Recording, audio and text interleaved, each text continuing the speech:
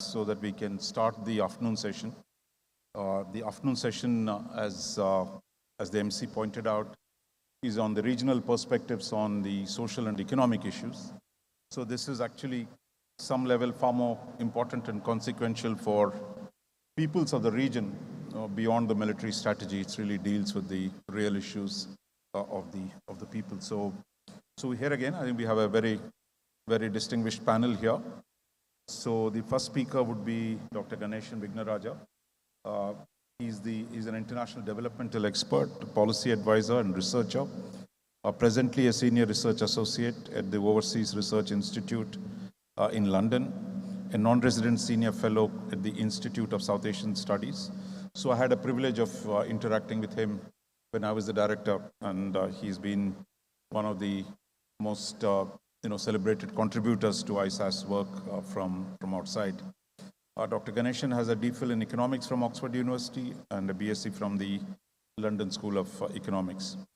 In a career spanning over 30 years in UK and Asia, Dr. Ignaraja has held senior roles in various international organizations, including the ADB Institute in Tokyo, the Commonwealth Secretariat in London, and the International Monetary Fund.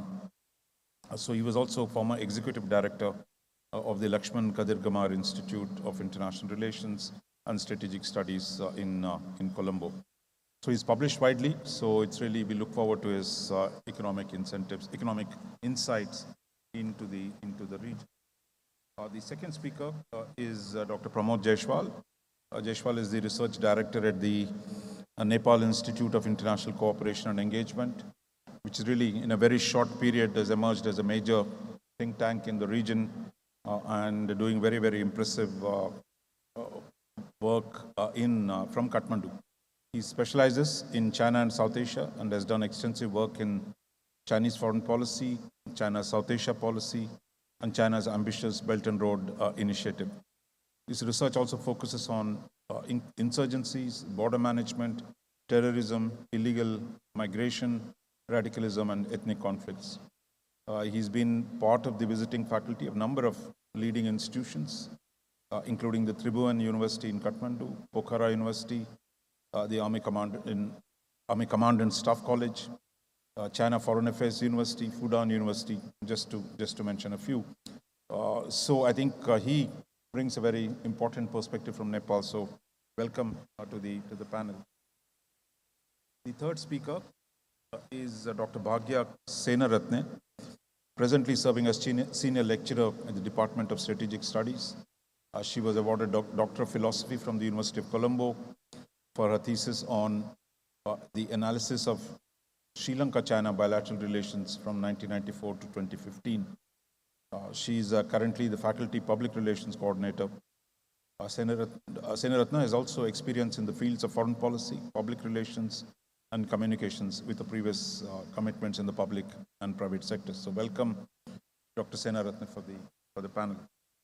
And the last speaker is George Cook. Dr. Cook is a diplomatic historian whose main areas of research interest include foreign policy, diplomacy, regionalism, and integration. He's a senior lecturer at the Department of International Relations at the University of Colombo, a visiting lecturer at the National Defense College of Sri Lanka. He's also associated with the Bandaranaike International Diplomatic Training Institute, the Defense Services Command Staff College, the Sri Lanka Air Force Academy, Trincomalee, and various other institutions. He's also the initiator of Awarelogue Dialogue, a venture aimed at enhancing awareness and dialogue in the field of international relations through multiple platforms. So we have a wonderful panel, so let me welcome all of them to the dais, and then we can begin the proceedings.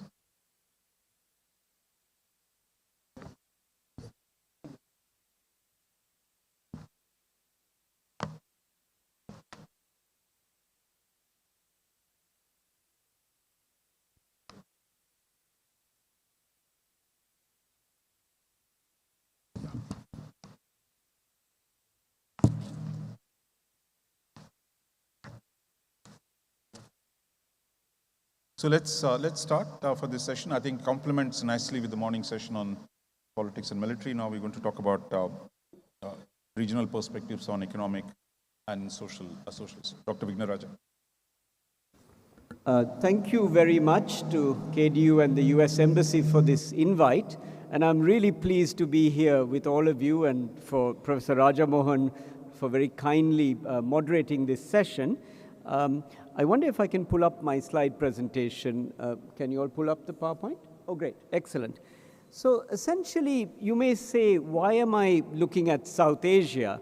And South Asia matters in this Indo-Pacific context because when you look at South Asia, it's probably the most dynamic sub-region in this Indo-Pacific. It accounts for some 45% of the population of the Indo-Pacific, 30% of the Indo-Pacific Ocean, and 7% of the GDP. So that's the bit that I think we need to think about. And I'm going to offer an economics perspective on this issue of where South Asia fits into this storyline. I'm going to try to talk about three issues which I think would be of interest to all of you. The first issue I'm going to try to talk about is really this question of how might the outlook for South Asia, the economic outlook, be affected by the Russia-Ukraine crisis. And I think that's very important for us to think about if we're thinking about the context of the Indo-Pacific. The second question is, what does the prosperity pillar of this Indo-Pacific strategy, and remember there are 4 or 5 pillars, and you discussed security this morning, what does that mean for South Asia, and what is the US role in all of this?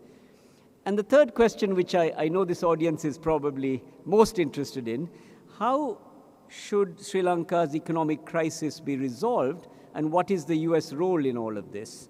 And these are based on previous research plus some ongoing research. Now, up here, I already have the messages for you. And what's very clear to me is that the Russia-Ukraine conflict will hurt South Asia, and how much it will hurt South Asia will depend on the intensity of that conflict. And I have some scenarios which I'm going to show you in a minute. But on a conservative estimate, South Asia's growth will be between 1% to 2% less in 2022 than projections which were shown before the Russia-Ukraine conflict. And inflation would probably be around 3% higher than whatever we have. So in Sri Lanka, it's probably 15% inflation according to the central bank. We could have 18% or even 20%, partly linked to oil prices. The second kind of point I want to make is really about the Indo-Pacific strategy.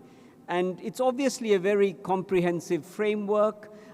It differs perhaps in language compared to what there was under the Trump era. But there are some important differences. There's a huge sense of working with allies and partners and institutions. And so this kind of cooperative approach rather than America first was very much there. And that's a big break with the past. And I know you talked about it today, but it's also there in the economics. The details of the economic framework which are to come are a bit sketchy. And there's some clues that are there. But we're waiting to see how the US will conceptualize this. For instance, is there any possibility that the US may talk about going into this big trade deal across Asia and the Americas that the Obama administration started? And that's a very interesting issue. The third point I want to make is there's a strong sense of this strategy being India-centric, right? India is the key market and the key player. I personally feel with the Russia-Ukraine conflict and the political dynamics coming out of this, there may be a missed opportunity for the US in particular, and also for the rest of South Asia if they are missed out of this wider equation. Put it another way, India will gain more if it takes the rest of South Asia along with it as part of this Indo-Pacific engagement that it may want to do. And I would love to hear Professor Rajamohan's take on this. This is a kind of a new kind of a take. Under the prosperity pillar, there are at least 4 areas that are important, which are potential win-win for South Asia and the US. There are supply chains, which I'll talk about. There is infrastructure investment. There is the digital economy transformation, and then there are new areas of trade. And then there is this really interesting question of how Sri Lanka's crisis resorts itself, and the macro fundamentals are there on the street for anyone to see. What we really need is a very comprehensive new agenda for Sri Lanka if we are not only to deal with the macroeconomic stabilization issues we face and pay our debt, but also create the conditions for long-term growth. And I'll talk very briefly about that. And I feel that the US and its allies can play an important role in helping to solve this crisis and also finally reap the gains from us being strategically located in the center of this Indian Ocean, right? The potential has not been fulfilled in an economic sense. Let me just very briefly talk about these points with some slides. And I'm very happy if the organizers want to circulate my slides in PDF. This is a chart that shows essentially the growth rates from the International Monetary Fund that were given before the Russia-Ukraine crisis. And what is very interesting from these growth rates is that you saw a two-speed pattern, right? There was India and Bangladesh that were growing much, much faster than the rest at 6% plus, and the rest of South Asia that are growing at something like the world average, which was around 4%, okay?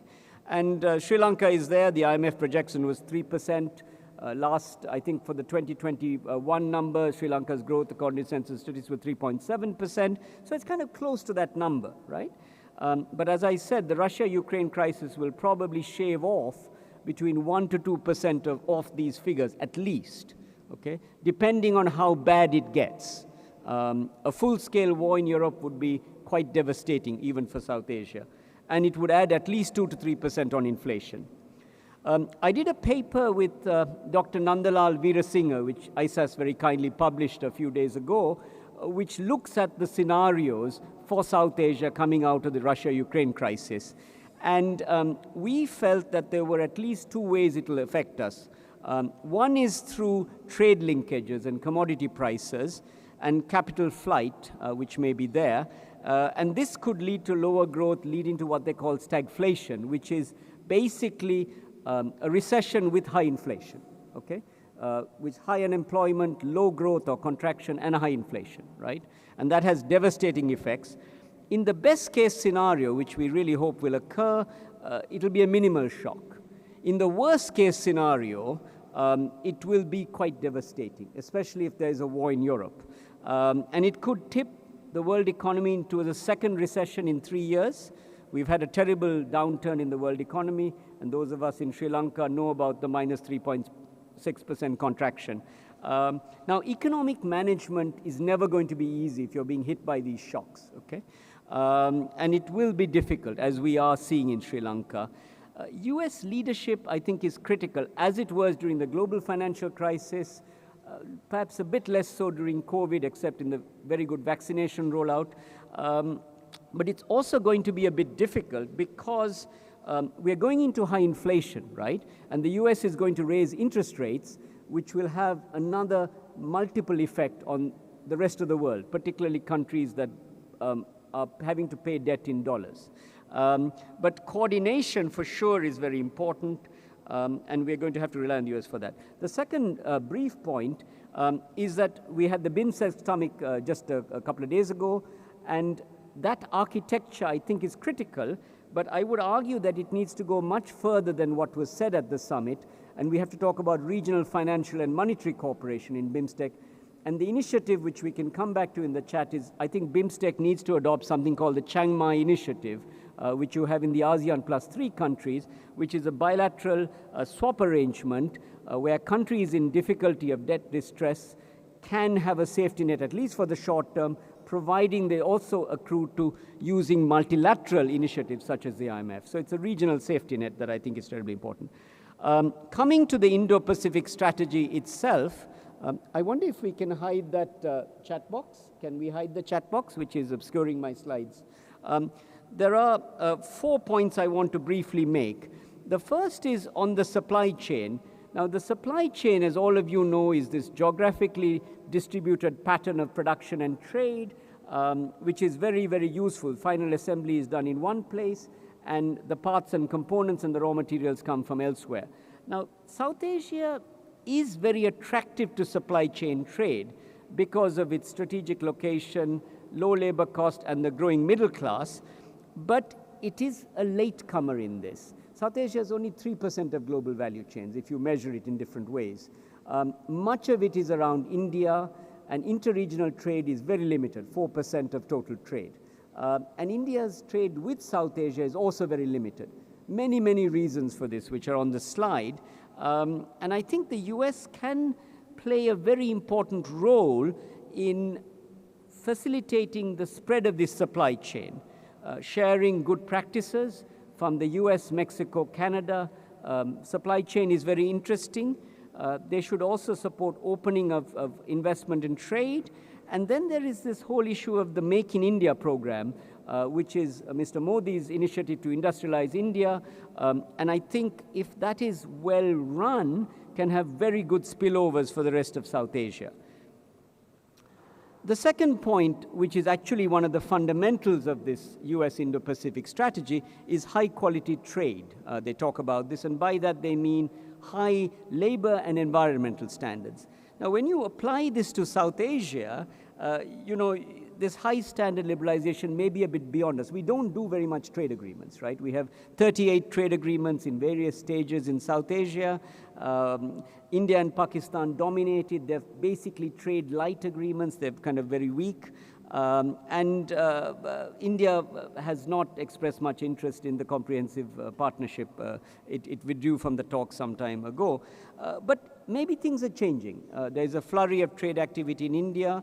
The India-UK talks have started. The India-EU talks are quite advanced, we understand. And if India does take this way forward, the rest of South Asia could be incentivized to do this. In Sri Lanka, we are talking about a trade agreement with China, and there has been a lot of interest from the Chinese side. Some interest, I believe, in upgrading our agreement with India, but we need to do a lot of homework if we're going to do those agreements. There was a domestic push on manufacturing here, of opening up to India. For sure, there will be a lot of adjustment effects when we open up to China if that's what we decide to do. Now, the US can help us in many, many ways. One is the US has a whole range of agreements. Some are 21st century high standard, some are defensive agreements. We can certainly learn a lot about trade agreements. They can help us to capacity build for FTAs. The USTR is probably one of the best institutions on trade negotiations, and they play hardball, and they do it very, very well. And there's just a small group of high qualified professionals. We need something like that in Sri Lanka, but in the rest of South Asia. And then maybe further afield, maybe a long way away, possibly APEC membership can come if South Asian countries are willing to join in a kind of a more open Asia-Pacific, and that requires a lot of domestic regulatory reform. Infrastructure investment is obviously terribly important. There's this massive gap that exists in South Asia. ADB estimates that South Asian countries have to invest at least 9% of their GDP in infrastructure if they want to grow and deal with this climate change challenge, okay? Now, lots of new ways of financing infrastructure are going to be needed, and the US can do a lot of work, I think, on this. They can help us in this promise, which is in the strategy about decarbonization and clean energy. They can support the World Bank and the ADB to invest more in clean energy. BIMSTEC can probably have an infrastructure fund. So there's lots that can be done. The digital transformation is obviously critical if we are going to grow. And there's a big digital divide in South Asia, which is what this graph shows. I don't have time to go into it. The US can help us by coming up with an alternative 5G process. The default is Huawei or the Korean strategy. There may be something else. Maybe the US can help us. Cybersecurity is something the US is very, very good at. We must do this. The Russia-Ukraine conflict for sure is seeing an increase in cybercrime and cyber warfare, and we have to be protected if we're going to go into this digital revolution. And then, of course, education and training. Last, Sri Lanka.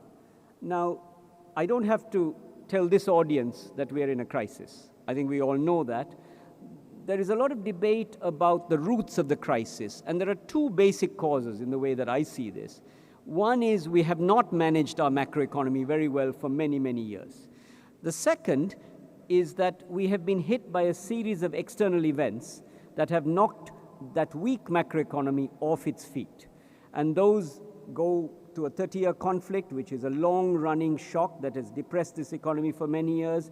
It goes to bad weather that has depressed agriculture for many years. Some say fertilizer switch was another issue with ag. And then we have, of course, the Easter bombings. We have the COVID shock. And now we have Russia-Ukraine, right? So we've been hit by all of these things which have come. Now, the problem is the result. So we risk a disorderly default of debt today, which is a real challenge. And for anyone who thinks otherwise, the one statistic I want to leave you with is we owe $7 billion this year. We have less than 1.5 billion in reserves, okay? So technically the country is in technical default at the present, okay? And we are scrambling to find resources to deal with that. Poverty rose during COVID. Probably an extra 500,000 people joined the ranks of less than $3 a day in Sri Lanka. That's a big regression of the admirable record Sri Lanka had on poverty reduction for many years. And inflation is probably going to be 20% this year, maybe higher.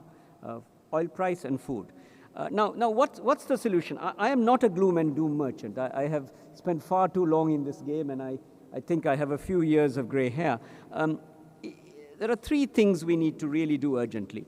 The first is we've got to restructure the debt, and that means a standstill on the debt repayments. We cannot afford to feed our people, import fuel, and pay debt, and I think we need a standstill. Now, we also need to start restructuring, a full restructuring process, and it's going to be very tricky. There could be a series of interim restructurings, which can take some time, and then eventually, if we are very lucky, we'll get a full restructuring. Okay. That is needed before we can actually go to the IMF Monetary Fund for a program. And that's not come out in the public domain because we cannot take something to the IMF board till we've begun the debt restructuring. Okay? Now, if the IMF comes, there will be conditions, and they will be somewhat painful, but is that worse than what we face today or what we may face in 6 months? That is the question we've got to think.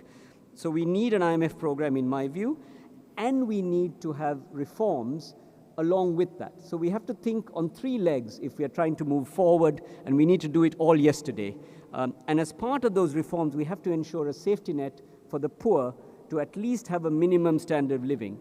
And those of you who are in the defense sector know how important that is, given our troubled history in Sri Lanka for a long, long time.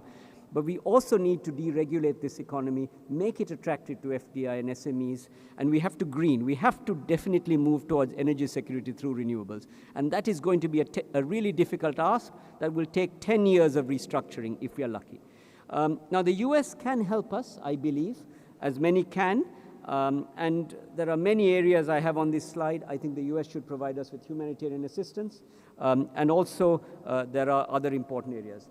Thank you very much. I've taken far too long, and thank you for your indulgence. I'm very grateful. Thank you very much. I wish actually this subject, I think, deserves a whole separate thing, I think. But what happens in Sri Lanka, I think, will be of great interest for the whole region as well. Because, Pramod, you want to? 15 minutes.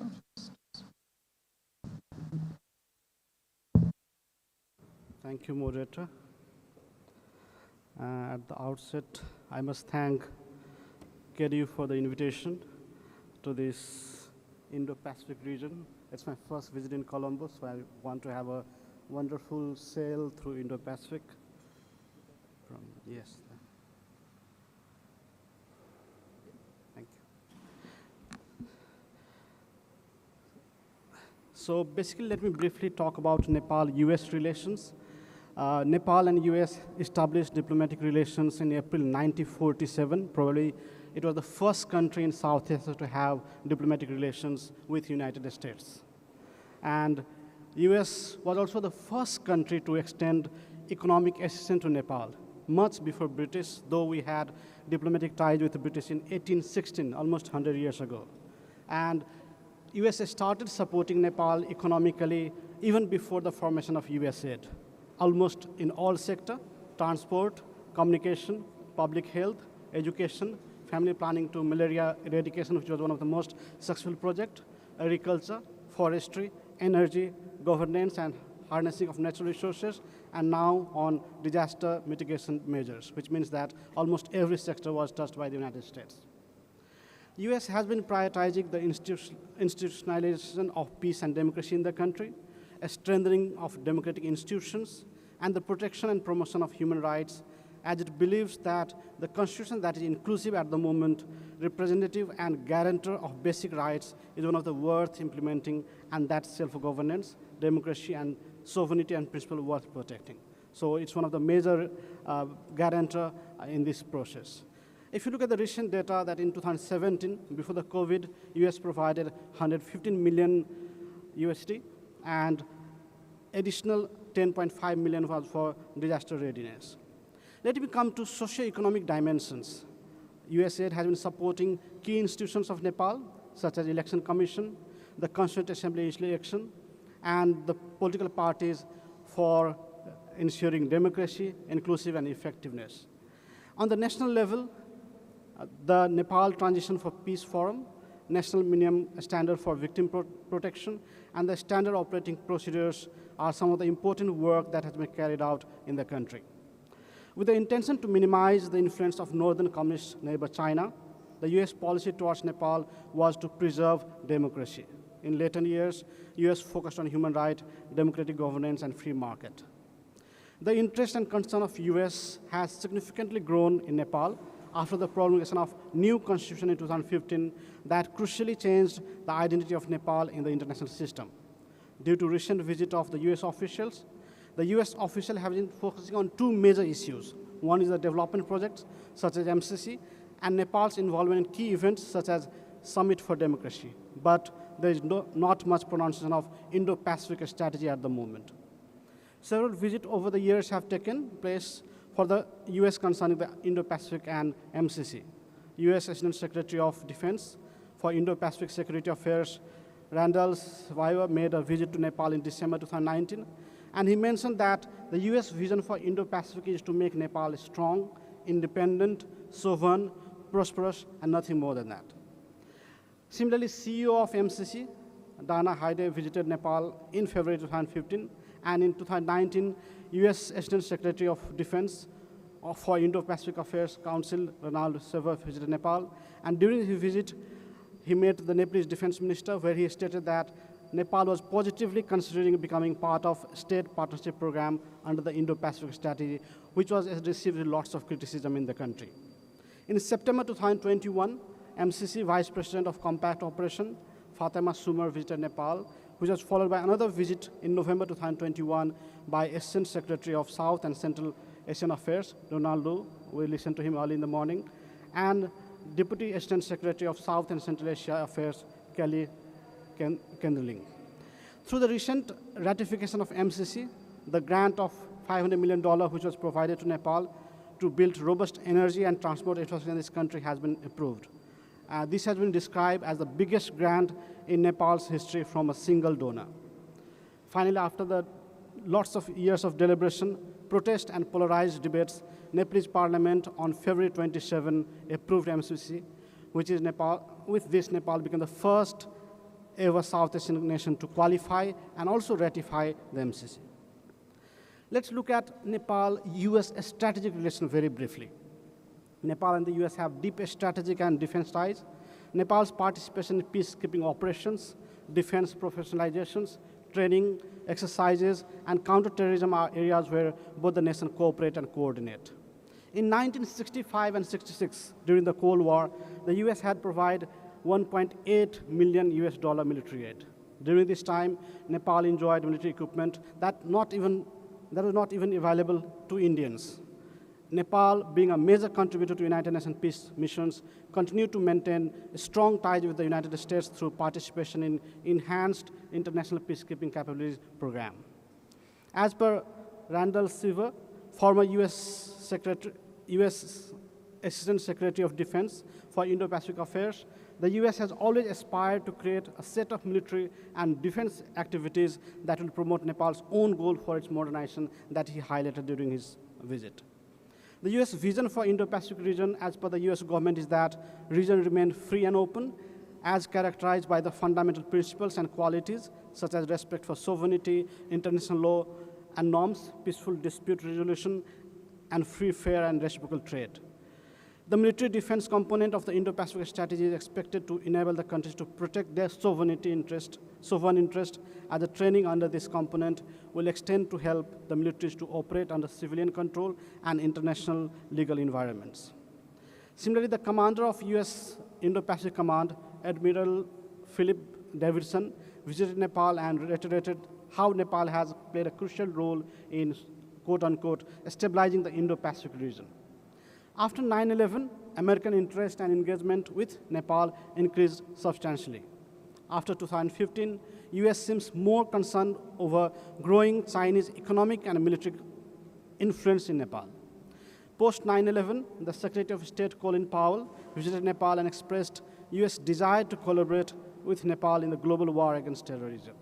Similarly, Joseph Felter, the US Deputy Assistant Secretary of Defense for South and Southeast Asia, who is the most senior US official to visit Nepal during Trump administration, mentioned that for the defense perspective, Nepal is as important US security partner with an important role to play in regional stability.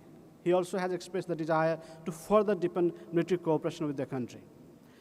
I think it would not be wrong to conclude that US and Nepal cooperation engagement will be in economical or defense can be interpreted as part of any kind of economic or defense can be interpreted as part of Indo-Pacific strategy.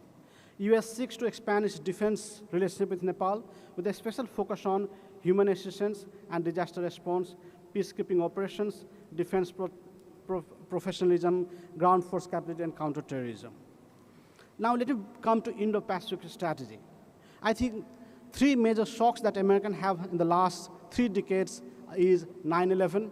The American that used to think that no country in this world, including Russia, China, could even touch the United States, was attacked by one single person, and that hurt the American psyche, the whole pride that American had. After that, when the pride of America was hurt, they fought for 20 years in Afghanistan, which is not any nuclear country, not very modernized force, and was so-called defeated. That was another shock for the Americans. And third was, when this whole thing was happening, there was a rapid rise of China as a naval power. So these are the 3 major shocks for the Americans. And then the concept of Indo-Pacific came. In 2019, China had 335 warships, while US had only 296. And 7 years before that, there was negligible. China hardly had 2 when Xi Jinping took over the power. So that was the third shock that forced the United States to come for Indo-Pacific strategy.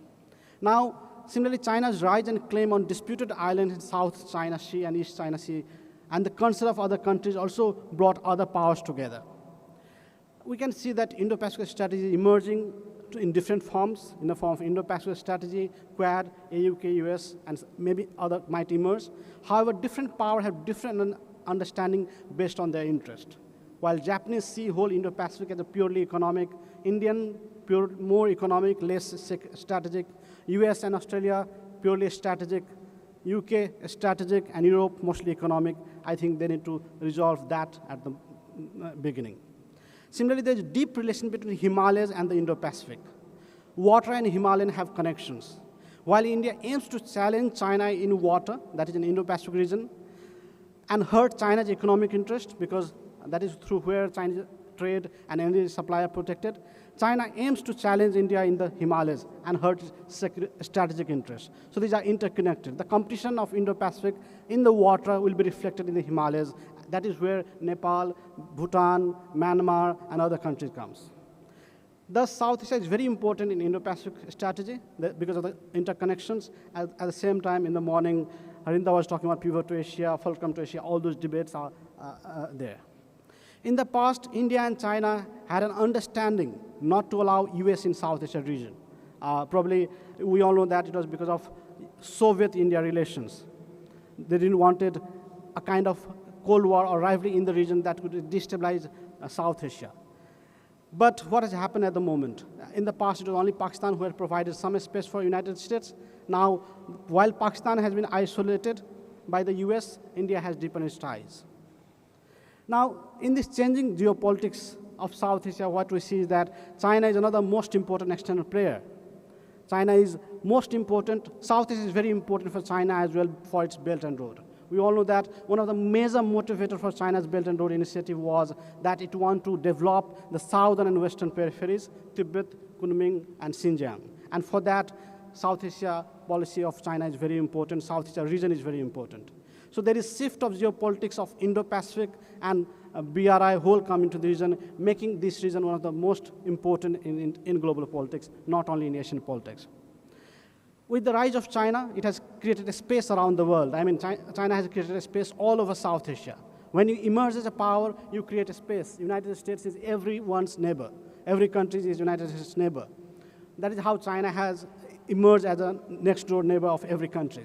Second is the rise of China is also because of the flawed policy of traditional powers or failure to address the desires, dreams, and aspirations of small South Asian countries. When India do not come for Hambantota, China appears. So that is how, when India has neglected political and economic interest of a neighbor, China has got opportunities. That is how China is working at two levels.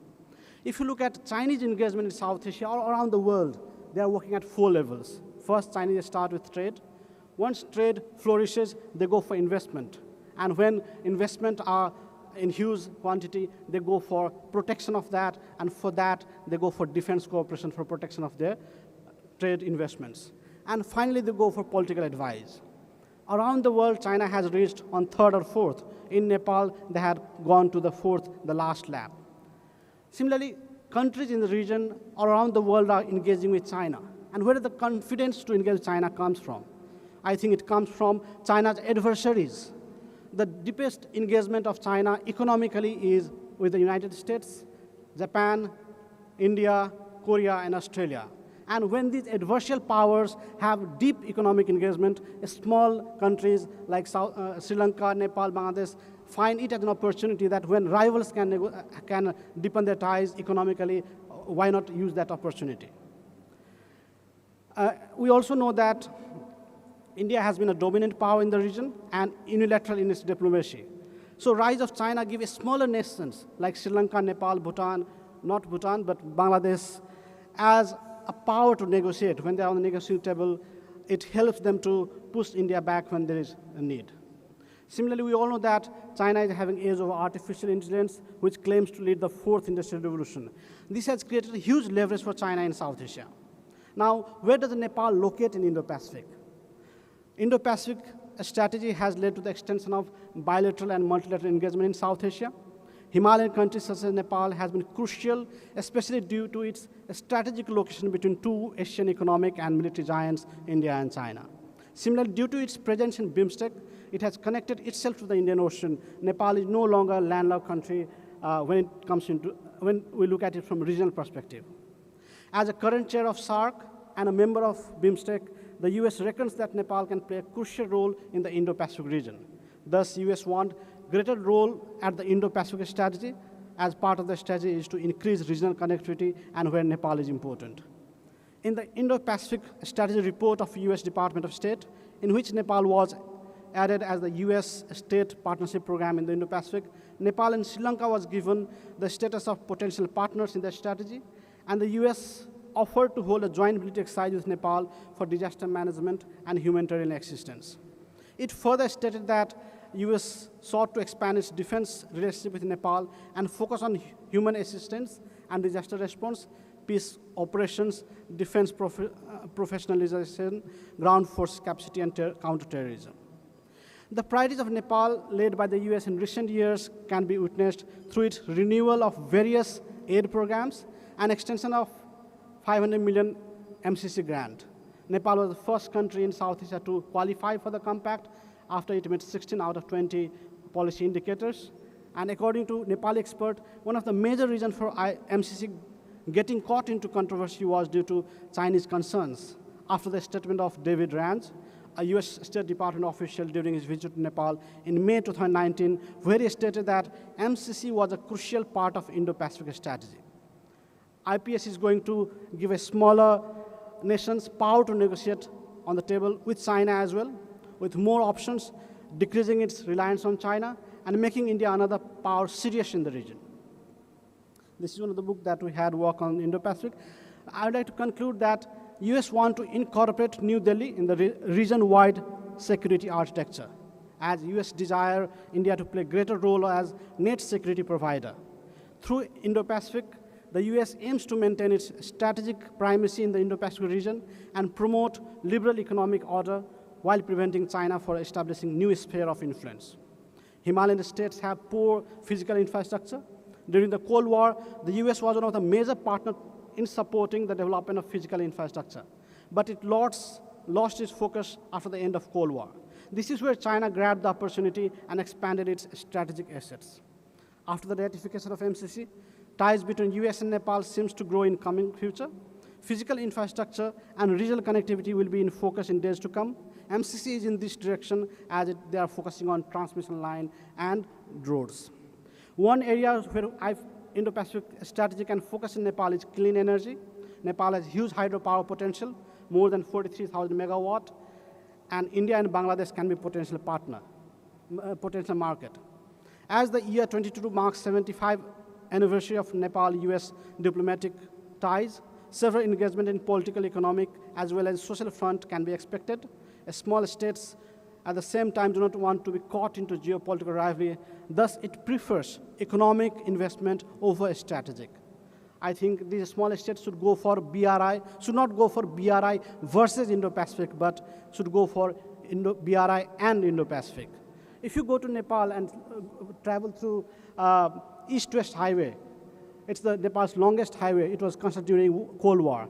And after 1 hour, you have US-Nepal cooperation. After 1 hour, the same road rides USSR and Nepal cooperation. The next 1 hour, that is how the whole segment was divided for both the countries, and we got those projects.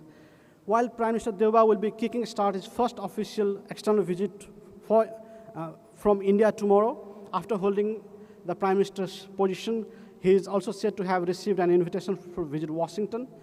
This, however, hasn't been confirmed yet. There are also talk about inviting Vice President Kamala Harris or US Secretary of State Antony Blinken to Kathmandu within this year as part of the celebration of 75 years of establishment of Nepal-US ties. Till the next election of Nepal that is taking place in November this year, we can expect lots of engagement between the two countries as the current Prime Minister enjoys excellent relations with United States. Thank you.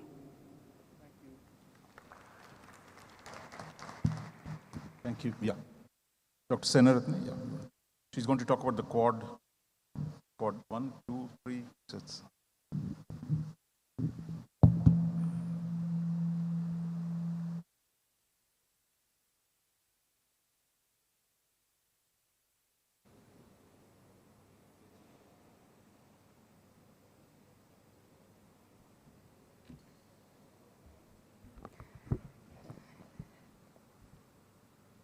Dr. Pramod dropped the ball at not Indo-Pacific or BRI. Let me pick up from there.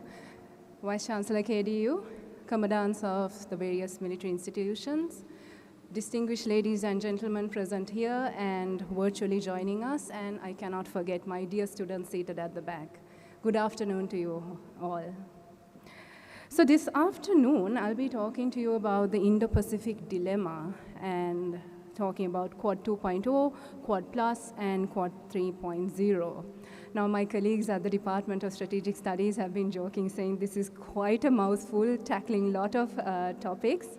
So over the next 15 minutes or so, I will be taking you all through the various concepts on the Quad and the Indo-Pacific, and I'll be telling you as to why I'm calling this an Indo-Pacific dilemma. So talking immediately after lunch is no easy feat, and being the penultimate speaker is also not necessarily easy, but let's power through and let's see how we can go about this. So to start off with, ladies and gentlemen, let me introduce what all this is about. Now, the term Indo-Pacific came about appreciating the convergence of the two seas, the Indian Ocean and the Pacific Ocean. It underscores that the two regions were far more connected than it was credited for, and this we see through Prime Minister Shinzo Abe's speech, which he gave at the Indian Parliament on the confluence of the two oceans. And we also see that he recognizes in his speech the importance of the economies and the littoral states in the Indo-Pacific region constituting these two ocean spaces. And this terminology expands on the regional understandings from the shores of Africa all the way to America. And we see this pursuit of economies coming, and I think the preceding speakers also spoke a lot about the importance of economic engagement. In 2007, Prime Minister Abe also emphasized the importance of an open, transparent, a network of countries that allows the people, free flow of people, goods, capital, technology. And I believe this morning Ambassador Chung also highlighted the importance of this free flow of goods, capital, and technology, both physically and virtually.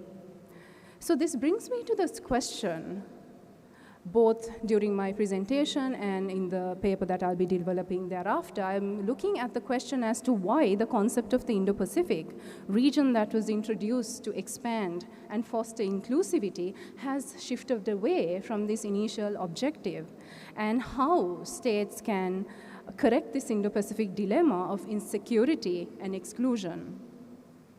This brings me to my first point, the first concept on Quad 2.0. Now, you're probably wondering where the Quad 1 was, so let me start off with that. So this construct of the Quad commenced with the 2004 tsunami core group, where Australia, India, Japan, and the United States came together to assist Indian Ocean countries in the aftermath of the tsunami, 2004 tsunami. And the countries understood that they could coordinate, they were able to coordinate responses towards the calamities that these countries face, and they were able to come together in sharing their resources, and they had a desire to do this effectively and quickly. Now, we see slowly these four countries continue to work together. In 2007, the sort of formalization of the initiative of the quadrilateral security dialogue comes through, but it doesn't kick off ground for various reasons. And a decade later, in 2017, we see these four countries, Australia, India, Japan, and the United States, actually converging, regrouping in Manila in 2017. And thereafter, we see them engaging bilaterally, together biannually to keep the momentum, keep the discussions going. However, ladies and gentlemen, most of these discussions, I feel, are faced by a certain challenge. The first challenge, I think, is this China threat. There's a lot of discussion on China and an anti-China stance within the deliberations within the four Quad members, and this, I believe, is limiting the focus and the prospects of this Quad 2.0. Which means there is lack of focus, cohesion in the group, and I believe in the morning also we were talking a lot about it. We see that this is limiting the collaboration and joining of resources these countries initially commenced with. So we must look as to how can we create a shared vision for the Indo-Pacific going forward. Speaking of a shared vision, Quad Plus comes to mind. Here we see these Quad 4, the four countries expanding and creating a larger hub. And this is expanded into South Korea, Vietnam, New Zealand, and this expansion is predominantly visible through COVID-19 related relief efforts. However, and very unfortunately, here too the underlying theme is the China factor. And this is a commonality even in the Quad Plus countries, because they do not want to engage bilaterally with China, so they are coming together, finding common ground in this Quad Plus. So we need to see how they can again go beyond this. And the important factor, I mind you, is that all these countries are coming together voluntarily and they are engaging with each other voluntarily.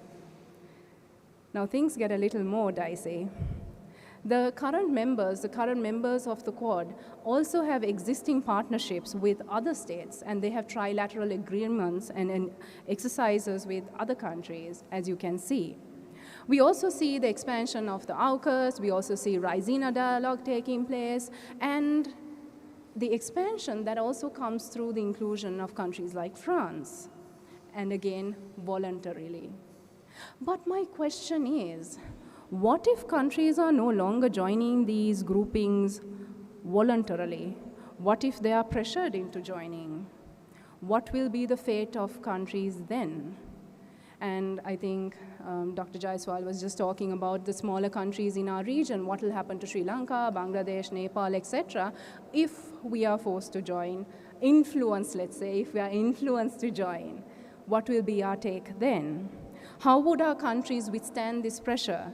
And how would we diplomatically maneuver these and navigate these waters? Quad 3.0.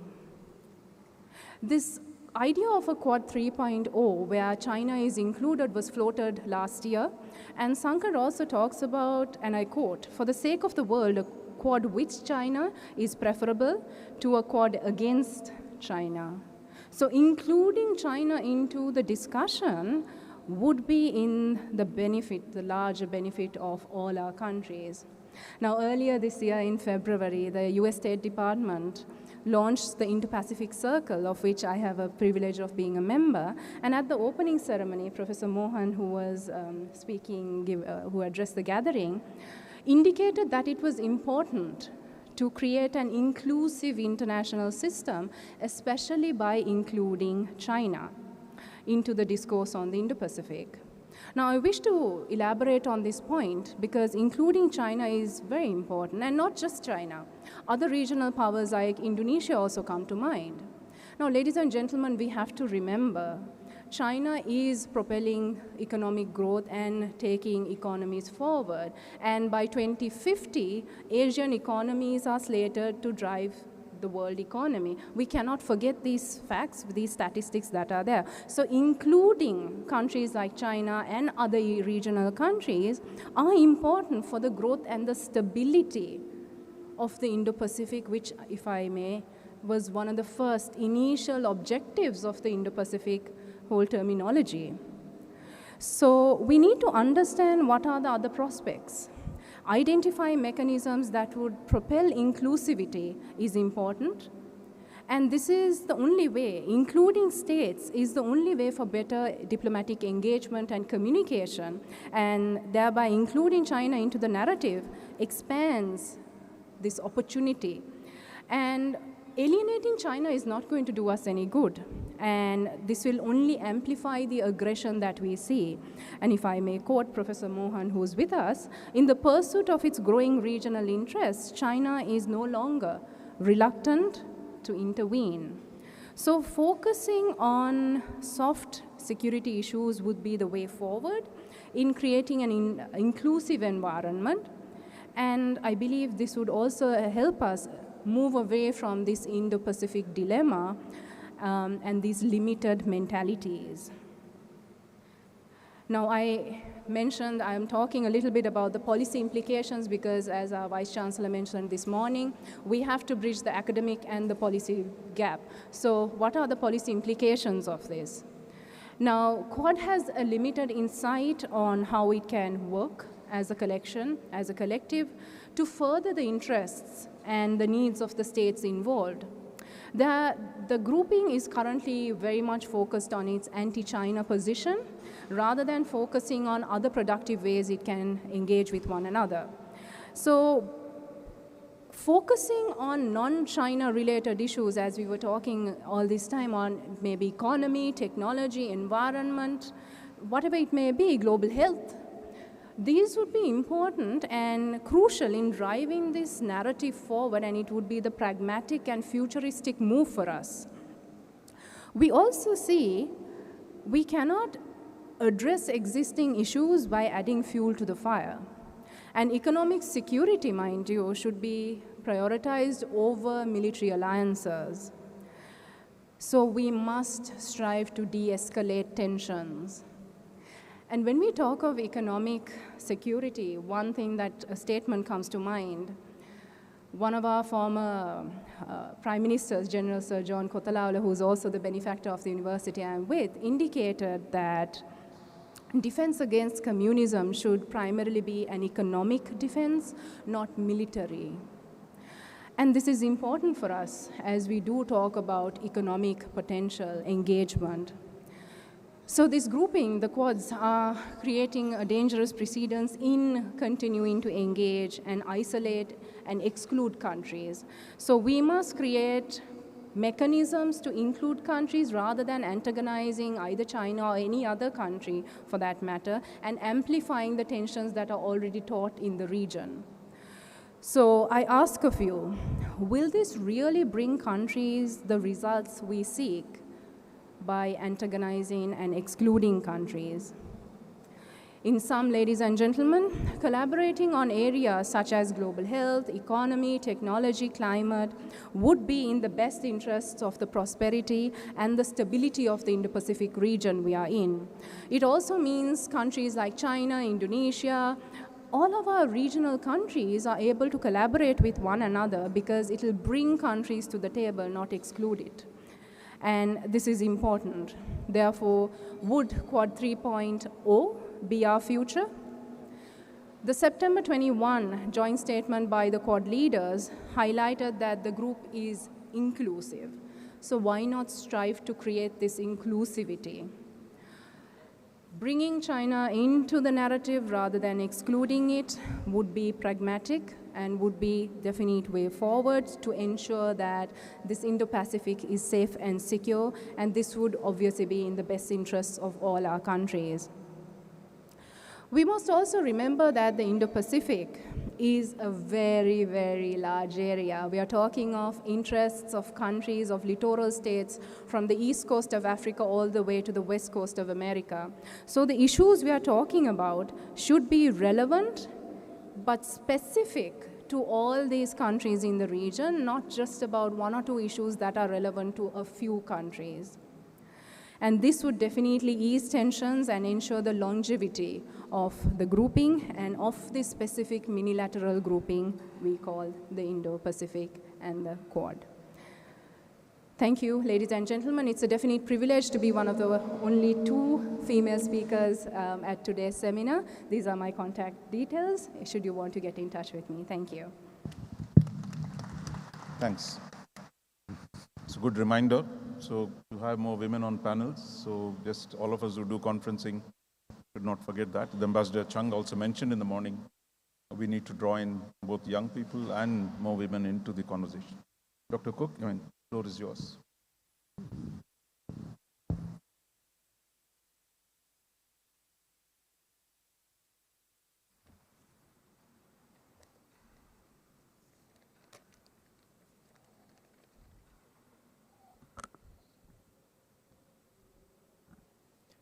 Thank you very much, Professor Rajamohan, members of the panel, Vice Chancellor of the Sir John Kotalabla Defense University, ladies and gentlemen, thank you for the invitation to be a part of this program, which is looking at something extremely timely.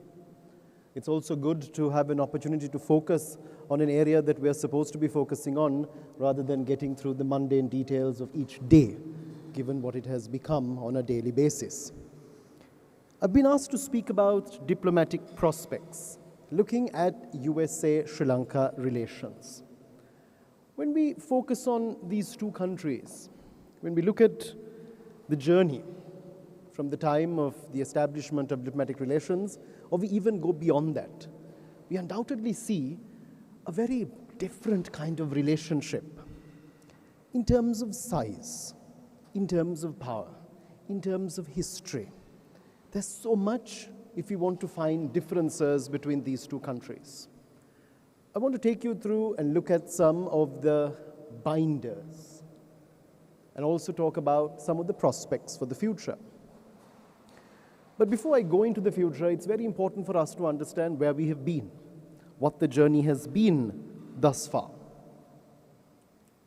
When you take an overview of what it has been like in the last 7.5 decades,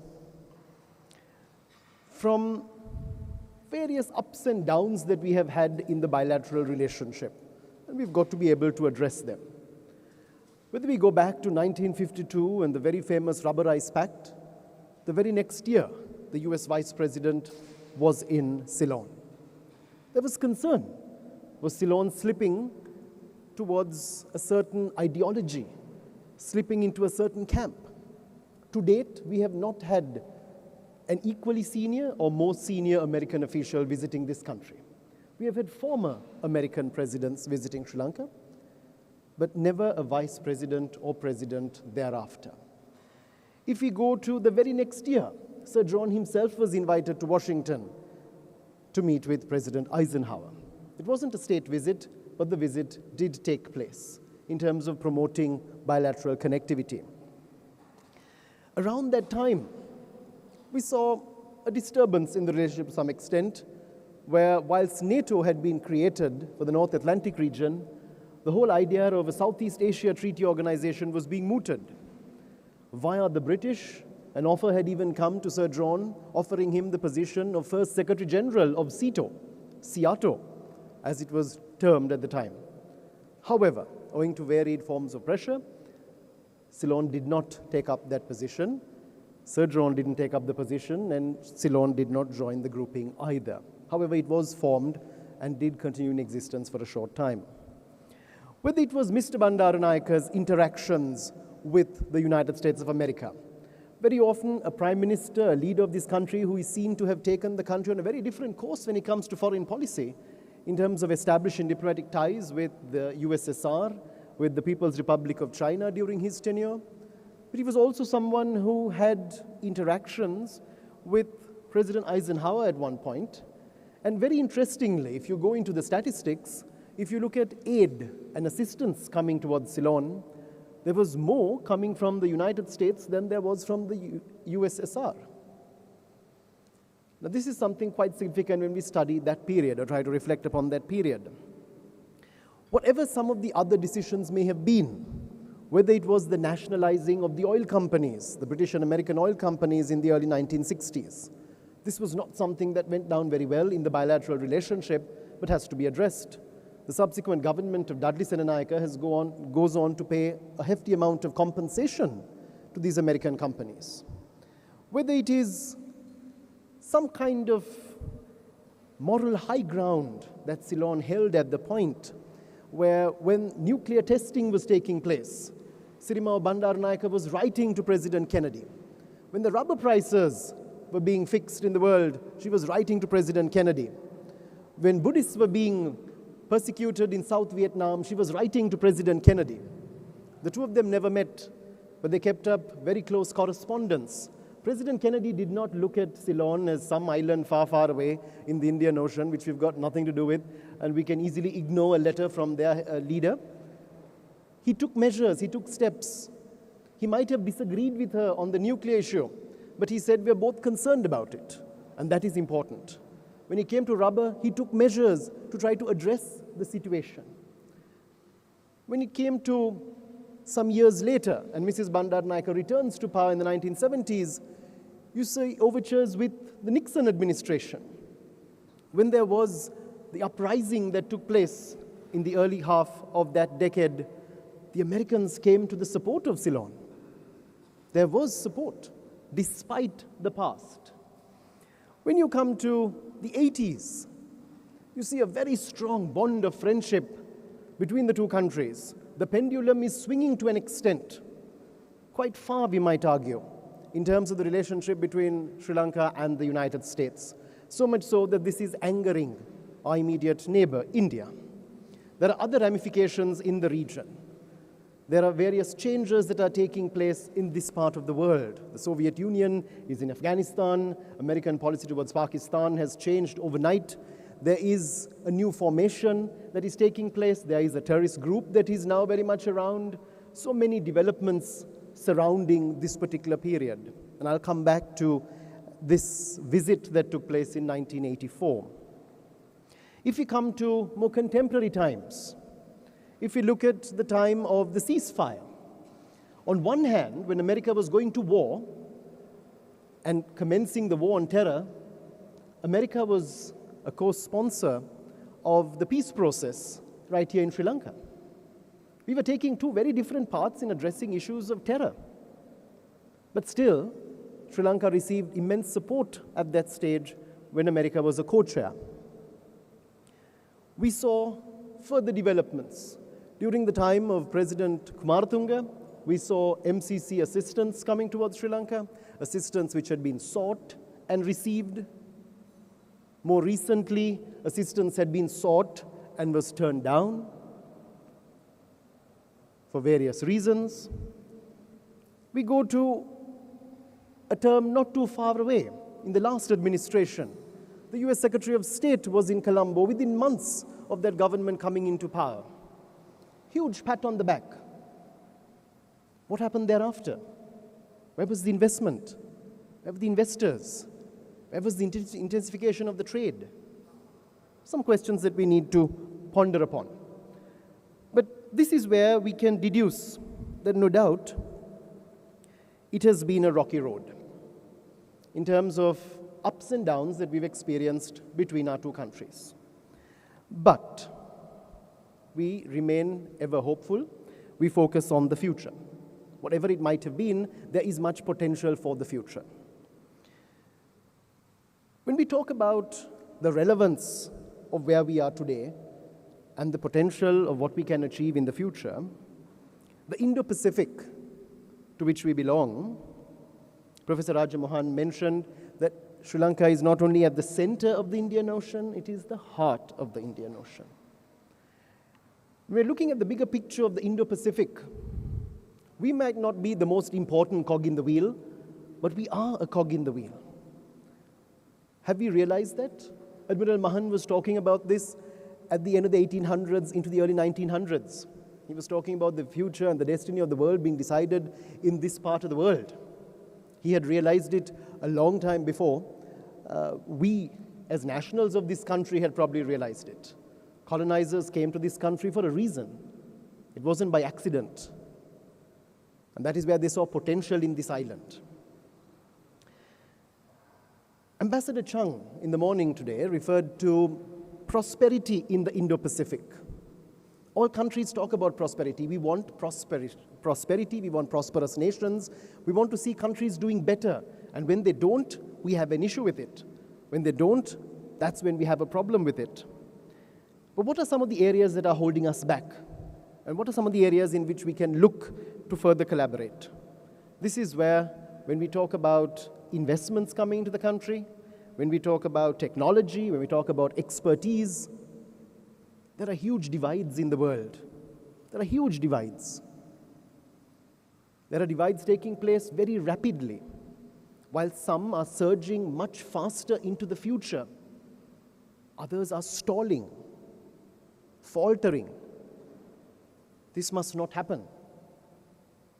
It has to be a collective going into the future if we are going to achieve something tangible for the peoples of all countries. I want to touch briefly on two areas and talk about the binders of the past, which undoubtedly become prospects for the future. What do I mean by this? What am I alluding to here? The first is democracy. Let us not for a moment forget that Sri Lanka is one of the oldest democracies in this part of the world. This is a country which has had a history going back centuries, traditions which have evolved over periods of time. But one thing that we have seen, 1931 was a watershed moment. Last year we marked the 90th anniversary of universal franchise in this country. We may raise questions, and this is where we are very self-critical, and it's a good thing that we are. And I guess that is the democratic spirit within us, where we question as to whether we have matured as a polity, whether we were ready in 1931, whether it was a situation in which we were virtually a guinea pig at that point. But it worked. We've had it. We've used it. We've had ups and downs. We've had issues. We've had problems. But we've made it work. We have to make it work in the future. And this is where there is a strong connection between the United States and Sri Lanka. This is where we cannot for a moment forget that this is the common denominator. Whatever issues may come up, this is where we have to reflect upon this base, this foundation that has been built. But sometimes you raise the question, is it being used to the maximum? Or are we faltering even in that regard? This is something for us to take note of. Democracies stick together. I'll take you back to 1984. Jaya Jayawardena is invited on a state visit to the United States of America, the only Sri Lankan leader to undertake such a visit. Was President Reagan not aware of July 1983? Did he not know what happened? Did the news not reach Washington? Of course he was aware. But this was where it was a form of support being extended to a leader in a country which was adopting similar economic policies, the leader of a democracy, not in any way to say that you cover up for mistakes. But that is very much predominant around the world. If we are in one club, in one team, we've got to work together. And sometimes people wonder, this question came up over lunch as well. When we look at the relationship between Sri Lanka and certain other countries out there, why is Sri Lanka so close to China? Why is Sri Lanka so close to Russia? Let us not forget that when it comes to the Security Council, these are two countries which have consistently stood by Sri Lanka. We have very different ideologies, different systems, different administrations, different structures. Freedoms are very different in the two countries, in all our three countries. But there's solidarity. We learned solidarity probably through the non-aligned movement. And that solidarity has continued. Friends need to stick with friends. We need to work together. We need to help each other out. Friends, enemies keep changing, true. Interests remain the same. And here we have a common denominator. No country is perfect. No country on the planet is. And this is where we got to realize that at the end of the day, democracy is still very much the foundation and the common denominator. This is the 75th anniversary of the Truman Doctrine. President Truman, in his speech, was very careful not to mention the word communism. He did not use that word. He talked about the freedom, defending the freedom of people around the world. There's so much that we can reflect upon 75 years later in understanding the freedom of people and the essence and the importance of promoting it, protecting it, preserving it, and ensuring that in the decades ahead, this is going to remain a preserved factor, a combining factor.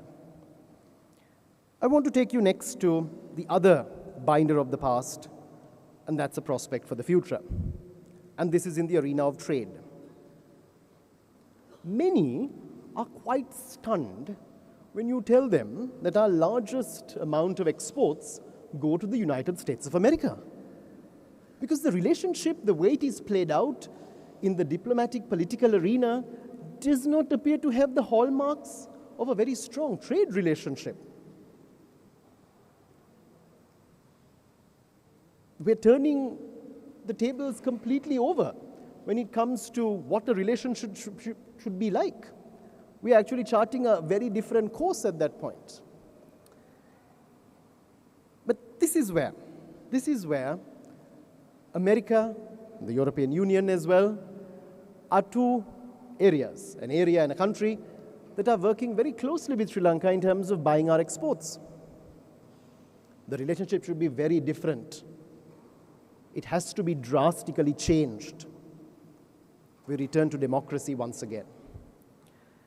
And this is where, when we talk about the future, we're going into the arena of investment. Whilst the trade aspect has been a common denominator, it has been an important element in our bilateral relationship. Of course, this extends into so many other areas. I can go back to the period before independence, at the turn of the last century, where American missionaries were setting up schools in this country. These were not American Christian missionaries. These were American Buddhist missionaries who were setting up schools in this country. When you look at the trade aspect, Professor Neera Wickramasinghe, who is now at the Leiden University, writes about, has researched, an area of extreme relevance of products, material items. A Singer's sewing machine was a symbol at that time. We've had strong connectivity even during the time of the British. And of course, we can go much deeper. John Foster Dulles was here. On that visit, he also made a point to visit the grave of an ancestor. We keep finding so many more connecting factors between the two countries. But as we look to the future, there's something that's quite clear in the world today. Trade has become one of the most important aspects of connection. When you trade with each other, you're going to be rather hesitant to fight with each other. We've got to let that sink in.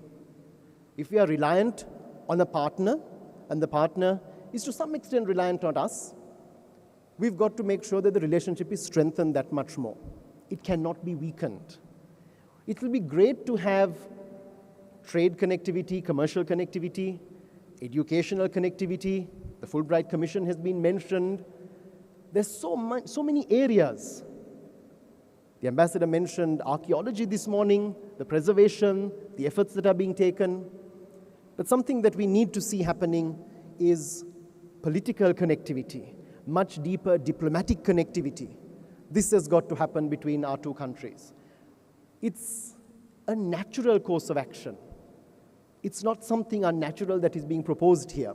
It's not something bizarre, it's not something new, it's not something completely radical or revolutionary. Political connectivity between the two countries have got to be expanded that much more, irrespective of who is in power in Colombo, irrespective of which party is in power in this country, irrespective of the individual, irrespective of the group. It's the country-to-country connectivity that matters at the end of the day. And there are lessons that we can learn from some other countries, which actually look at ways and means of bringing about tangible measures irrespective of who's in power. They're not worried about the people in terms of those in power. They're worried about the place. They're worried about the locality. In terms of looking at the shared vision of the Indo-Pacific, President Joe Biden is no stranger to foreign policy. He's probably one of the most experienced presidents to sit in the White House with a foreign policy feather in his cap, given the number of years he has served on various committees, in various positions, and that certainly is an added advantage. It should be an advantage that we are going to pivot in favor of strengthening this bilateral relationship. And this is where trade and democracy are our current strengths, but we need to build on them. Failure to do that, moving to other partners, happens because sometimes Sri Lanka is bereft of choice. Sri Lanka needs choices. Sri Lanka needs options out there on the world stage. When Sri Lanka does not receive those options, when Sri Lanka does not receive those alternatives, Sri Lanka sometimes is forced in one direction. Thank you. Thank you. Thank you. I think, again, all our panelists were very crisp and disciplined in making the presentations. So what I thought please, feel free to raise questions, but before that, maybe I'll just start with one round of questions to everyone. To Ganeshan, which is, you mentioned about India, which is the fact that you put Indo into the Pacific. It's really about, in some senses, not just India, but of Indian Ocean, of India as the largest country, bringing that into a larger Pacific strategy. But you mentioned that, look, India should try and take its neighbors so that whatever benefits come, they benefit everyone rather than just India. So I thought that was an interesting thought. And the other was the question of what kind of assistance you see U.S. Given the current economic juncture, not just Sri Lanka, India, even Pakistan is not in a great shape. So how do you see the U.S. role in redoing the economic, of breaking out of the economic, two-speed growth kind of? Thank you very much. I think those are very good questions. Let me start with the second one, which is the Sri Lanka one, and then come to the other, because they're kind of interlinked. On the Sri Lanka question, So as George had mentioned, we have this very strong trade relationship with the US, and actually it's about the only country in which we have a trade surplus. We export much more to the US than we import from the US, and that's because of our textile sector, right? And ready-made garments went to foreign buyers. But in today's context, we need the US help in several important directions. The first is US should continue with its medical and humanitarian assistance. Now, it's probably not publicized enough, but we got something like 3.4 million doses of the Pfizer vaccine, right? Now, Pfizer vaccine is an mRNA vaccine, as you know, which according to WHO and other scientists is really one of the best vaccines, right? Which enables Sri Lanka to partly come out of this COVID problem. Other countries have given vaccines, but there is an argument to say that those aren't quite as effective, yeah? And so that's very important that we have that kind of assistance. There was a time when the US gave us food aid, right? PL 480 was given here on a large scale, and I fear that we may have to turn to that again if we have food shortages and food price inflation in this way, right? So I would hope that that would be administered through the World Food Program, as it was done in the past and then stopped. We may need that kind of, so that's humanitarian assistance from the US to the people of Sri Lanka, not necessarily through government. Second, I think the very important role, now we are really constrained on the foreign exchange side, right? Somebody told me the dollar is 400 today in the open market, right? Somewhere. Now, look, whatever that number is, okay? So we need to have exports. There's no question about it, right? Now, USAID do some interesting work with the private sector development and export. And I think they should just continue that, particularly working with women entrepreneurs, madam. Women are our big resource here, and I think there's lots of discrimination against women-headed firms. And we don't really study that well enough. The few bits I've done suggest that they are probably more productive as companies than men run SMEs, because they have this double disadvantage. And we can talk about that separately. So private sector development and exports through women-headed entrepreneurs, I think is very, very important. The third thing, which I think is terribly important, we have a fiscal problem, right? We spend too much and we don't tax properly, right? And our tax administration is less than perfect. And the US, I understood during the last regime, had 4 US Treasury people here helping us with fiscal policy management. Now, I don't know how much we listen to them, but I think that kind of experience in tax administration would be very, very useful. And then the last point I think is very, very useful is the US should help us with voicing support for an IMF program on the one hand, and they are a major shareholder in the fund, so that's an important plus, but also helping us with the structural adjustment program and making the voice heard. On the second point, very briefly, there is a kind of a risk for the rest of South Asia, right? If the US just engages with India because they are the largest country in this Indo-Pacific South Asian bit, that the rest of South Asia could get left behind, right? And that's the worry that someone like myself has. So what does that mean? In concrete terms, by helping us with the digital economy, that is not just Sri Lanka, but also Bangladesh and perhaps some of the others, by helping to build the digital and economy, the US will help us link with the Bangalore cluster, right? Where India is at a huge advantage. There's a huge shortage of IT experts in India. I don't know if anybody in this room has understood that. And Indian companies are going to the Philippines now because they cannot get enough expertise in India or in the subcontinent. And so I think we need to link with India through that means, and the US can help a lot through cybersecurity, building the 5G, by training. And the second important thing is on this Make in India. The Make in India program is a state-led program to create industrial capacity. Some people say it's rhetoric. It will eventually become important to support what India has an advantage in. Pharmaceuticals, India is world-class. India has a very good auto parts sector. India has many other important bits. In the defense side as well, we were discussing, India has that. What India could do, if we are lucky and we create the right conditions, is outward invest and subcontract some of that activity to countries in the neighborhood. And that would then enable the neighborhood to also manufacture. Where the US can help is partly in helping India to have higher standards in those industries, particularly in terms of the green technology, as well as in perhaps providing finance and also marketing assistance for those types of things. I hope that helps answer. It's very interesting what you said. Already we're beginning to see this can't be driven as much by G to G. I mean, some assistance in terms of financial, yes. That it's really getting the business communities together. For example, the US-India Business Council is now working with the chambers in Bangladesh.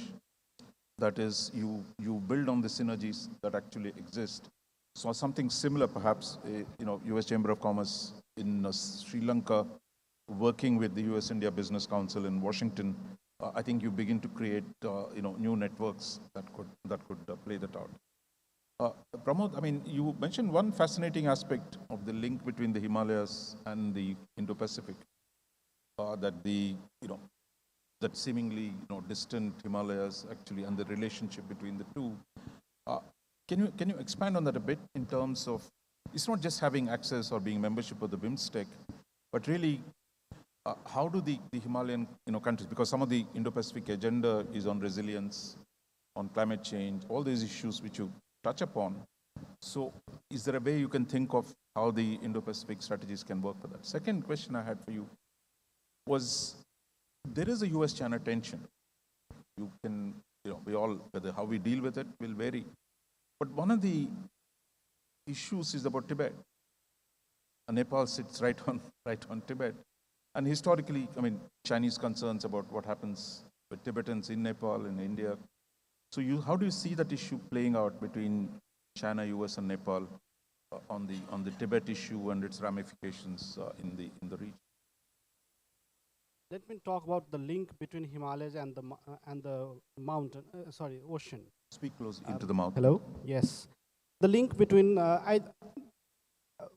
the activities that is taking place in Doklam in 2017, or India-China border issues on the Himalayas, or the border dispute that has newly emerged in the Humla of Nepal. I do not look at it individually. I think it's a link between the Indo-Pacific. Initially, when Chinese came with BRI, India opposed to it, which really infuriated the Chinese. And then came Indo-Pacific, where it added to the anger. So Chinese sees that India is the one who is a blockade to enter South Asia. India is one of the irritant that is not allowing it to access the South Asia region. At the same time, it is building Indo-Pacific Quad and all those to contain China and its both economic and trade and security interests that comes from.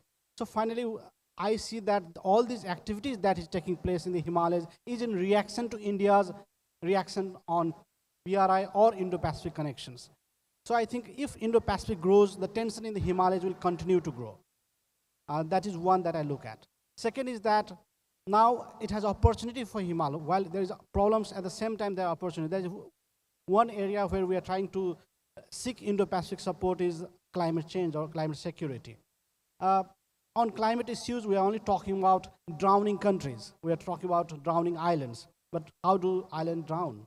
It's when the glacier melts in the Himalayas. So I think this is one area which is again the direct link. When the snow in the Himalayas melt, the sea level rises. There is more action on the ocean because that is immediate. You have to act immediately, and you are working more on those issues. But we are not talking on the source. Unless you resolve the source, the effect will not be. There will not much progress on the effect. So I think climate change is one area where Himalayan countries are asking Indo-Pacific countries that you are talking about drowning countries. Why not talking about the melting glaciers, which is the source? If you can work enough here, the impact will be seen there.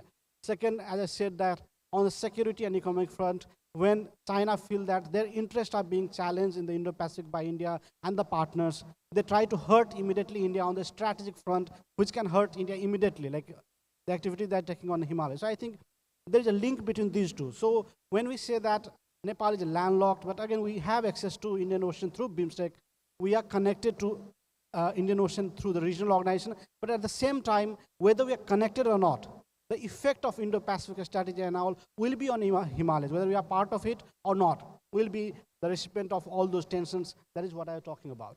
Second, on the issue of Tibet, yes, Nepal is second. Nepal house second highest number of Tibetans. We have more than 20,000.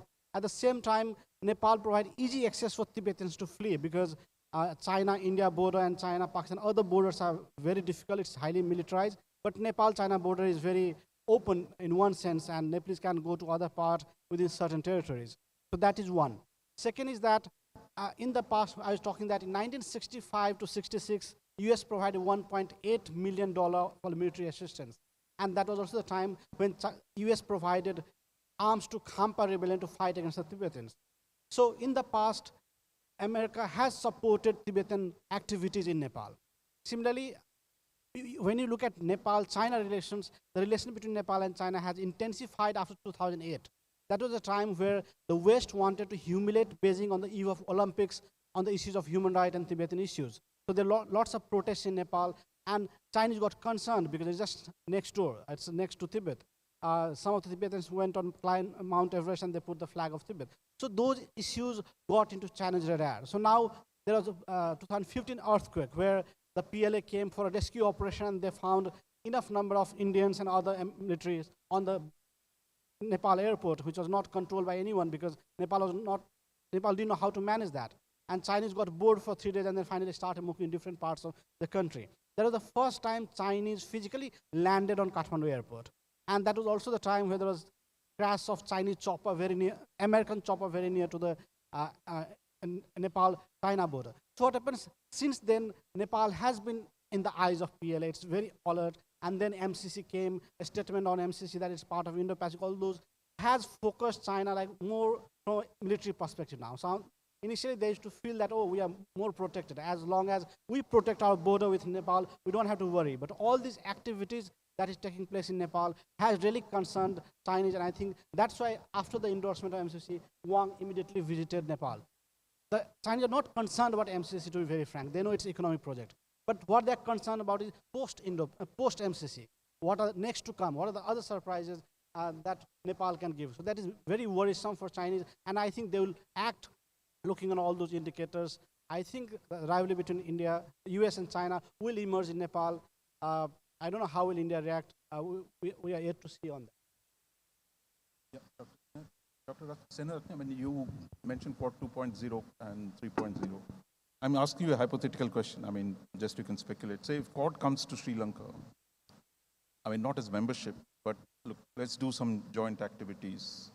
Say if you say, look, we'll work with you. I mean, it could be anything like maritime security. It could be vaccines, whatever it is. What is your reading of the situation here? I mean, would Sri Lanka be open for engaging Quad? I mean, not on any military issue, but non-military issues, which is what the Quad is focused on. Yeah, so like I said, if smaller countries are influenced into joining, that'll be a bit of an issue for smaller countries to navigate. But I think given the situation, if, like you meant, the point being non-military issues, I think there is a chance, because India is also an influential member in the Quad, and because we want to maintain better ties with India and we have that sensitivity, the chances are we would engage with the Quad, but keeping in line some diplomatic connectivity, channels of communication open with China, saying this has nothing to do with antagonizing you, but on other non-military issues, maybe on economic engagements or health or whatever, I think Sri Lanka would articulate that towards the Chinese side, the Chinese party, when engaging with it. But I mean, it's not as easy as I say. There would be a lot of complications going into it, but hypothetically, yes, I think the chances are we would. Look, I know the question of Chinese sensitivities came up with both Pramod and you. I mean, let me tell you, I mean, I like the Chinese. I mean, they're very practical and realist. Chinese have lived with US troops in Japan for 70 years. They've never once said Americans should get out. American troops are sitting in Korea also for 70 odd years. Americans say they'll defend Taiwan. So this notion that somehow if you do anything with the Americans, Chinese will get very upset. The Chinese have never objected to Pakistan being a major non-NATO ally. They never objected. They always tell India, oh, you're getting close to the US. But for Pakistan, which is a non-NATO ally, which India is not, they say, no, it's okay. I mean, because the question is not what you do with the US. It is what is the relationship. If you have a reasonable relationship with China, they don't mind. But I think there is a tendency in South Asia to voluntarily restrain cooperation with the US because the Chinese will get upset. I'm saying Chinese are not so easily upset. They know how to take care of their interests. As I said, look, they've lived with American military presence right on their borders. And they even fought with the Americans. None of us have fought with the Americans. There's a Korean War, thousands of Chinese died, thousands of Americans died. So this notion that the Chinese threshold is so low, therefore we must voluntarily restrict ourselves, I think it's a political mythology of the Indian South Asian discourse. It has no basis because Chinese deal with American military right on their doorstep. In fact, there is a famous saying when Kissinger is supposed to have gone to visit Nixon, to Chow En-lai, he was receiving him in the Chinese Foreign Office, and he denounced American troops, American imperialism, all that. So as they were walking out of that reception, he told Kissinger, this is for the public. Let's get down to actually do a deal. So they did a deal with the Americans, right? Right after 18 years after fighting and killing Americans, they made a deal with the Americans. So I think we got to respect the Chinese have a reasonable calculation, and that you don't have to voluntarily, preemptively offer concessions. So we can do our own calculations. The Chinese can do their own calculations. And the question is how they sit down eventually. I wanted to ask George, I think what you said was fascinating because I've not really seen a good overview of US-Sri Lanka relations. Essentially, you're talking about Seattle, I didn't know this, that Sir John Kotlawala was offered the Secretary General of Seattle. They would have offered membership as well, right, for Sri Lanka. So what happened? Why was it? So just explain a little bit more on this episode. How did it finish? Where was the source of opposition and how did that happen? So this is where we're going back to the early 50s. So the backdrop of that is we're going back also the Korean War. So there's been the rubber rice pact has come about. China needed rubber, we needed rice, even back then, and we were getting it from China at that stage. We wanted to buy it from America. America was selling it at a higher price than the world market price, but they were willing to sell it at a lower price to Thailand. Now, democracy, monarchy. I think we could have had a better deal with America at that point, but it didn't happen. Chester Bowles, who was then the ambassador in Delhi, also wrote back saying, even if it was us, we would have done the same thing. Within a democratic capitalist system, you've got to accept that you go to the person who gives you the best deal. So we did a deal, first deal between communist, non-communist countries.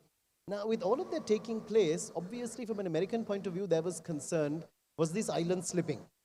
If there's anything that they should have rested assured was the first three prime ministers were anti-communist to the core.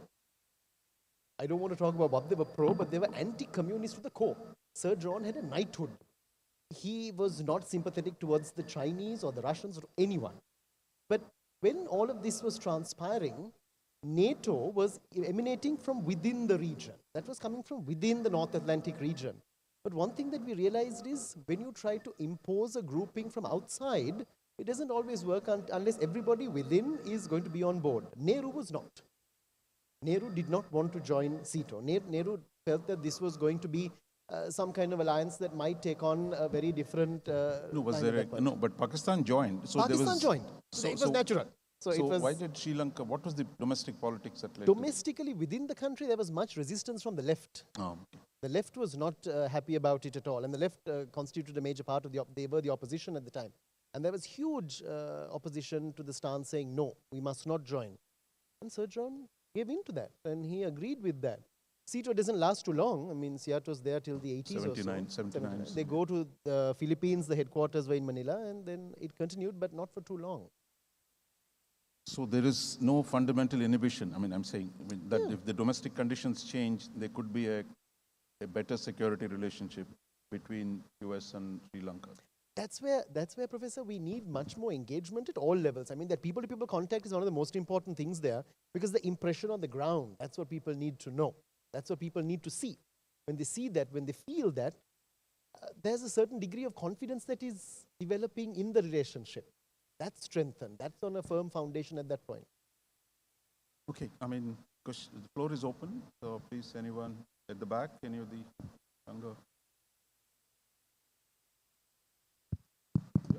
Yeah, please. Good afternoon, ladies and gentlemen. I am Wing Commander Chintaka Jayasundra from Defence Services Command and Staff College.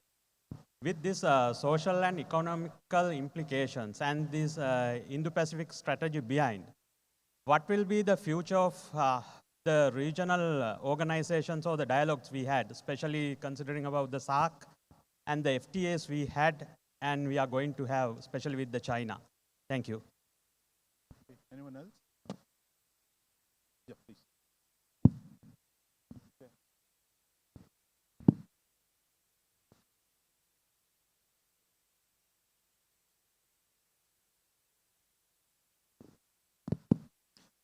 Professor, I'm Ekamundo Manoj Kapatipal from National Defense College. Now, in the morning, we were listening to Nitin Gokhale, and Nitin was talking about Saga and also about a common adversary. And now we were listening to Dr. Bhagya, and she was talking about Quad 3.0, and she was talking about inclusive China. So now, two ways to look at that. How do you look at, maybe Professor would answer that? Anyone else? Yeah. I'm Commander Manjula Senaratna from Defence Services Command and Staff College, Sri Lanka. When it comes to the global trade, it is more than 90% over the seas. And when it comes to the global crude oil transfer, that is also more than 70% across the seas. And when it comes due to the vastness of the ocean, a nation itself cannot alone handle the threats out at sea. So to ensure the security of sea lines of communication has to be through collaboration or the partnerships. So my question is to Dr. Bhagya regarding when you were concluding your presentation, you have mentioned the economic alliances should be prioritized over the military alliances. So what I perceive, the military alliances, especially over the sea lines of communication, is a prerequisite for the smooth functioning of the global trade. Thank you. Okay, you want to start? Okay. So you're asking me whether economic alliances should be given priority over military alliances? Should we focus on them? Okay. So yes, I mean, military alliances are inevitable, but so are economic alliances. But when, I think, was it George who mentioned when countries are engaging in trade, they tend not to fight with one another. So if you improve and expand on economic collaborations and trade, the chances of countries wanting to fight, wanting to disrupt connectivity is far lesser. That you increase the threshold, right? So military alliances, obviously, as military personnel, you understand these are going to happen. These are important as well. But so is trade. And if you look at all bilateral connections, a lot of multilateral connections also, trade drives it. Commercial activity drives the world. If not for our trading connections, I don't think we'll have half of the activity we see today. If not for the trade, I don't think we would even talk about military gatherings, because it is because of the trade, how connected the world is. We see countries wanting to pursue other aspects, even security. We are trying to provide security for the commercial dealings. So I think military, economic alliances would take the forefront going forward, and it is important that we talk about economic alliances because, again, it's also the domestics. It's something to do with the people of countries. You're looking at the interests of people. You're trying to ensure that countries prosper through economic, commercial activities.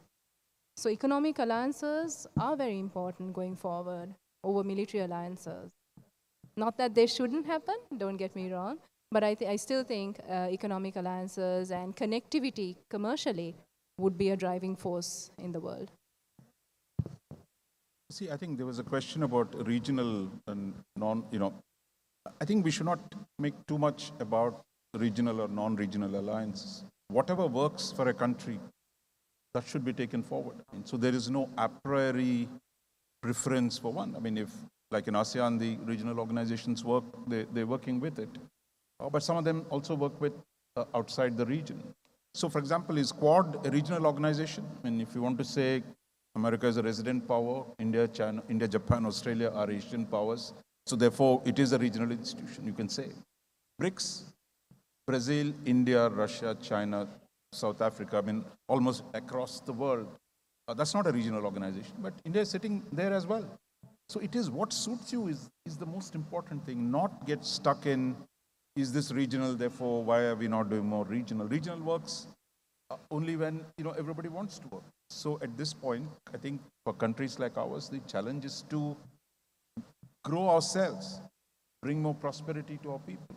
Whichever works for us, we should take it rather than getting stuck on a formula. On the question of inclusive, where China comes, look, some things governments say you should ignore.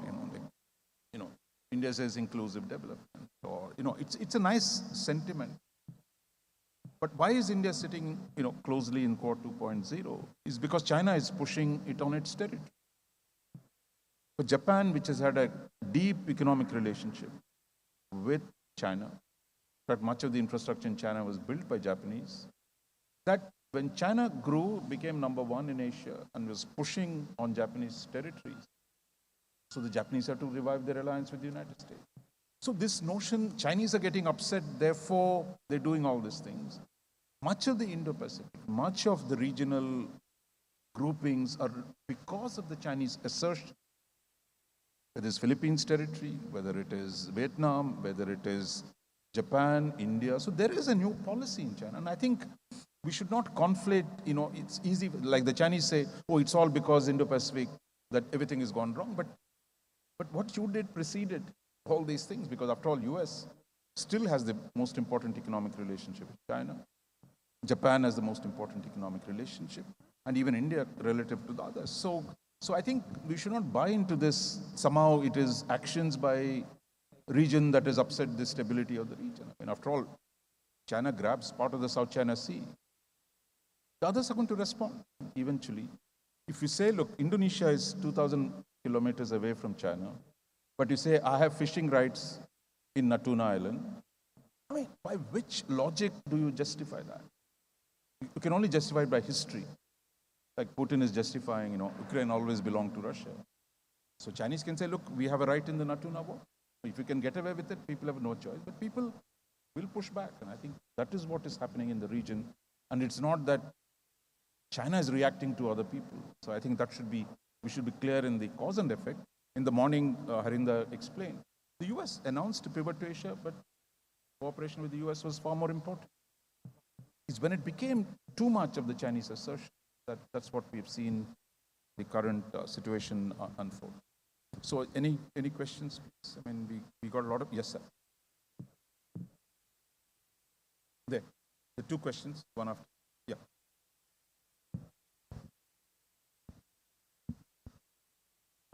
My name is Jadindra. I'm an independent political analyst.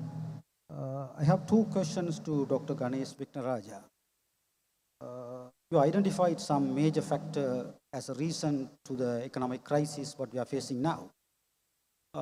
There is another point of view. It was highlighted in the all-party conference recently. No one denies that. The unsettled ethno-political questions in this country, which has been playing a major role to destabilize the economic condition of this country. There is a point of view. What is your opinion on this as an economist? The second question is regarding MCC. The doctor from Nepal pointed out how Nepal used that as an economic asset. But Sri Lanka missed that opportunity. How do you see that? It is a major mistake in terms of economic strategy of this country. The back, right behind you, there was another question. Was there someone else at the back?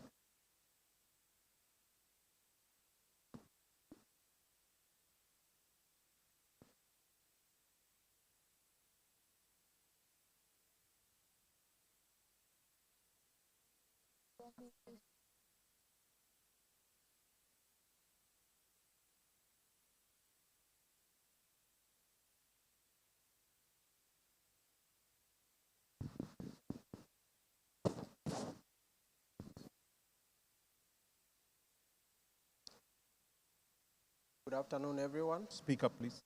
Good afternoon, everyone. I'm Foreign Officer Cadet Kamgisha Hassan from Uganda. And my question is, excuse me, sir, you mentioned that USA has been of great help to Nepal, right? And it has been also getting involved in sensitive issues such as politics and decision making in Nepal. But I think it is dangerous because it interferes with the sovereignty and national interests of the state. And also, I think USA is okay. That's what I think. USA is using its influence in these quad countries to undermine and also contain Chinese influence and putting aside Chinese importance in South Asia. Thank you.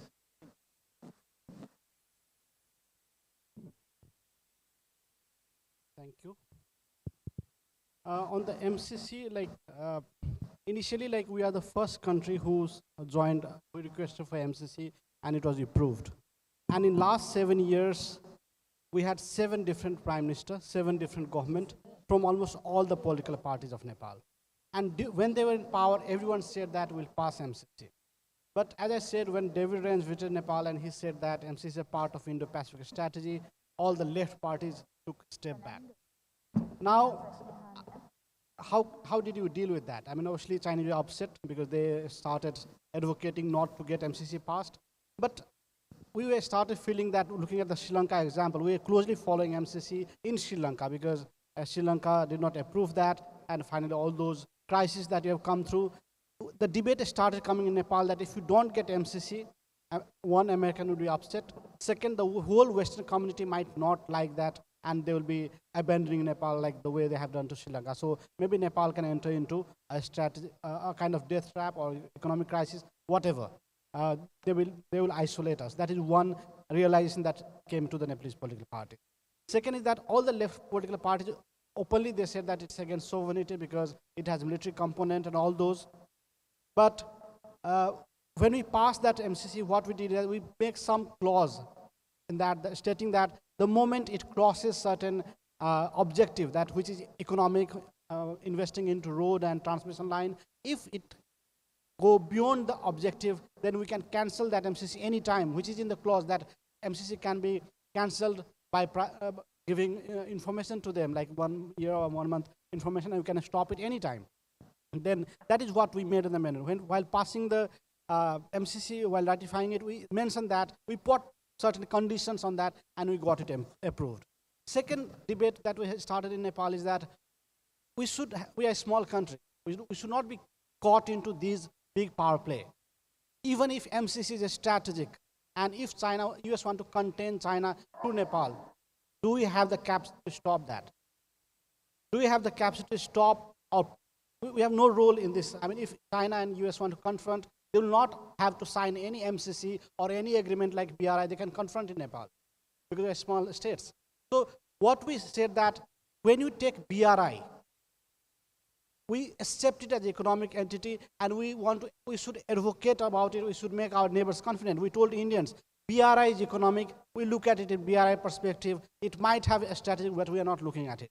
Similarly, MCC might have a strategic implications, but we are taking it as a BRI. We should be able to convince Chinese that Americans are telling us it's economic, and we are going for economic engagement. We accepted BRI. It might have Americans are telling that BRI have a strategic implication. We are not looking at a strategic thing. We are looking at it. So at times, a small state have to ignore. We should not be very intelligent sometimes. It's better to not be wise sometimes. Just look at in our interest and not get into those debates that, oh, it's a strategic and we should not take BRI or take it BRI or MCC. So we should not get into those great power debates, and we should avoid that.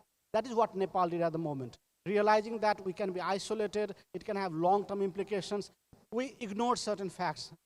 Many people in Nepal, when you talk to the leaders, they say, oh yes, it has a strategy, but what can we do?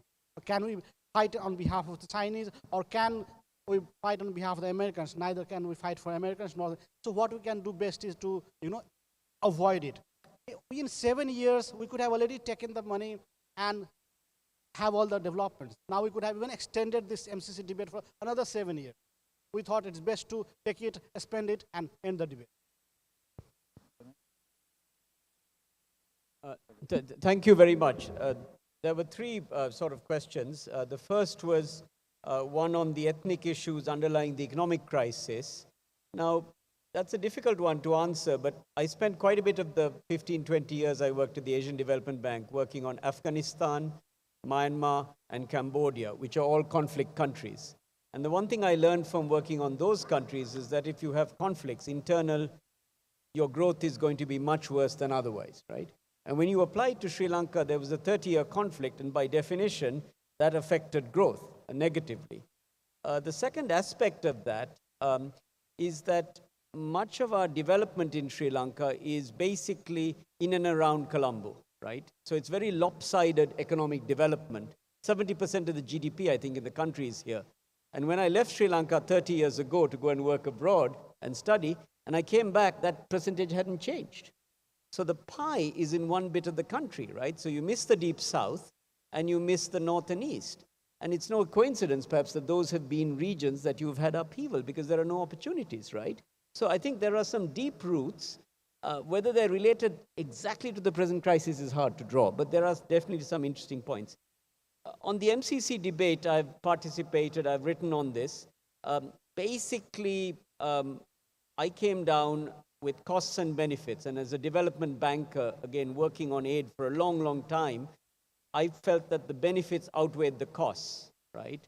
And I think we could have restructured it and used it.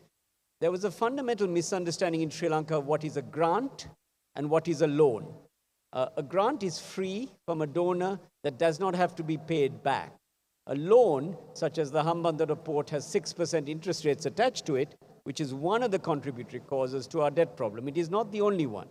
10% of our debt is Chinese, not 80% as the so-called debt trap narrative makes it. But there was a fundamental debate, and we could have used it had we structured it well, as they have done in Nepal. So it's to our loss. I think we could have done it had we done it well. There was a lot of politics around that, sadly. And there was a report that was commissioned, which I think was basically not very analytically done. Very sad. And that report was only in singular language. An English version was not published.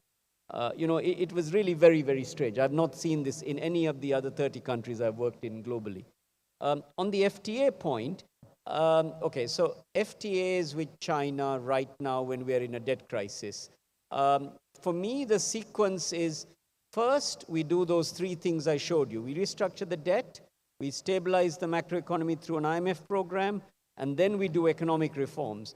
And as part of those domestic reforms, which are geared to getting the private sector going, cutting red tape, making the conditions for the kind of inter-regional trade we were talking with, FTAs can be there, right?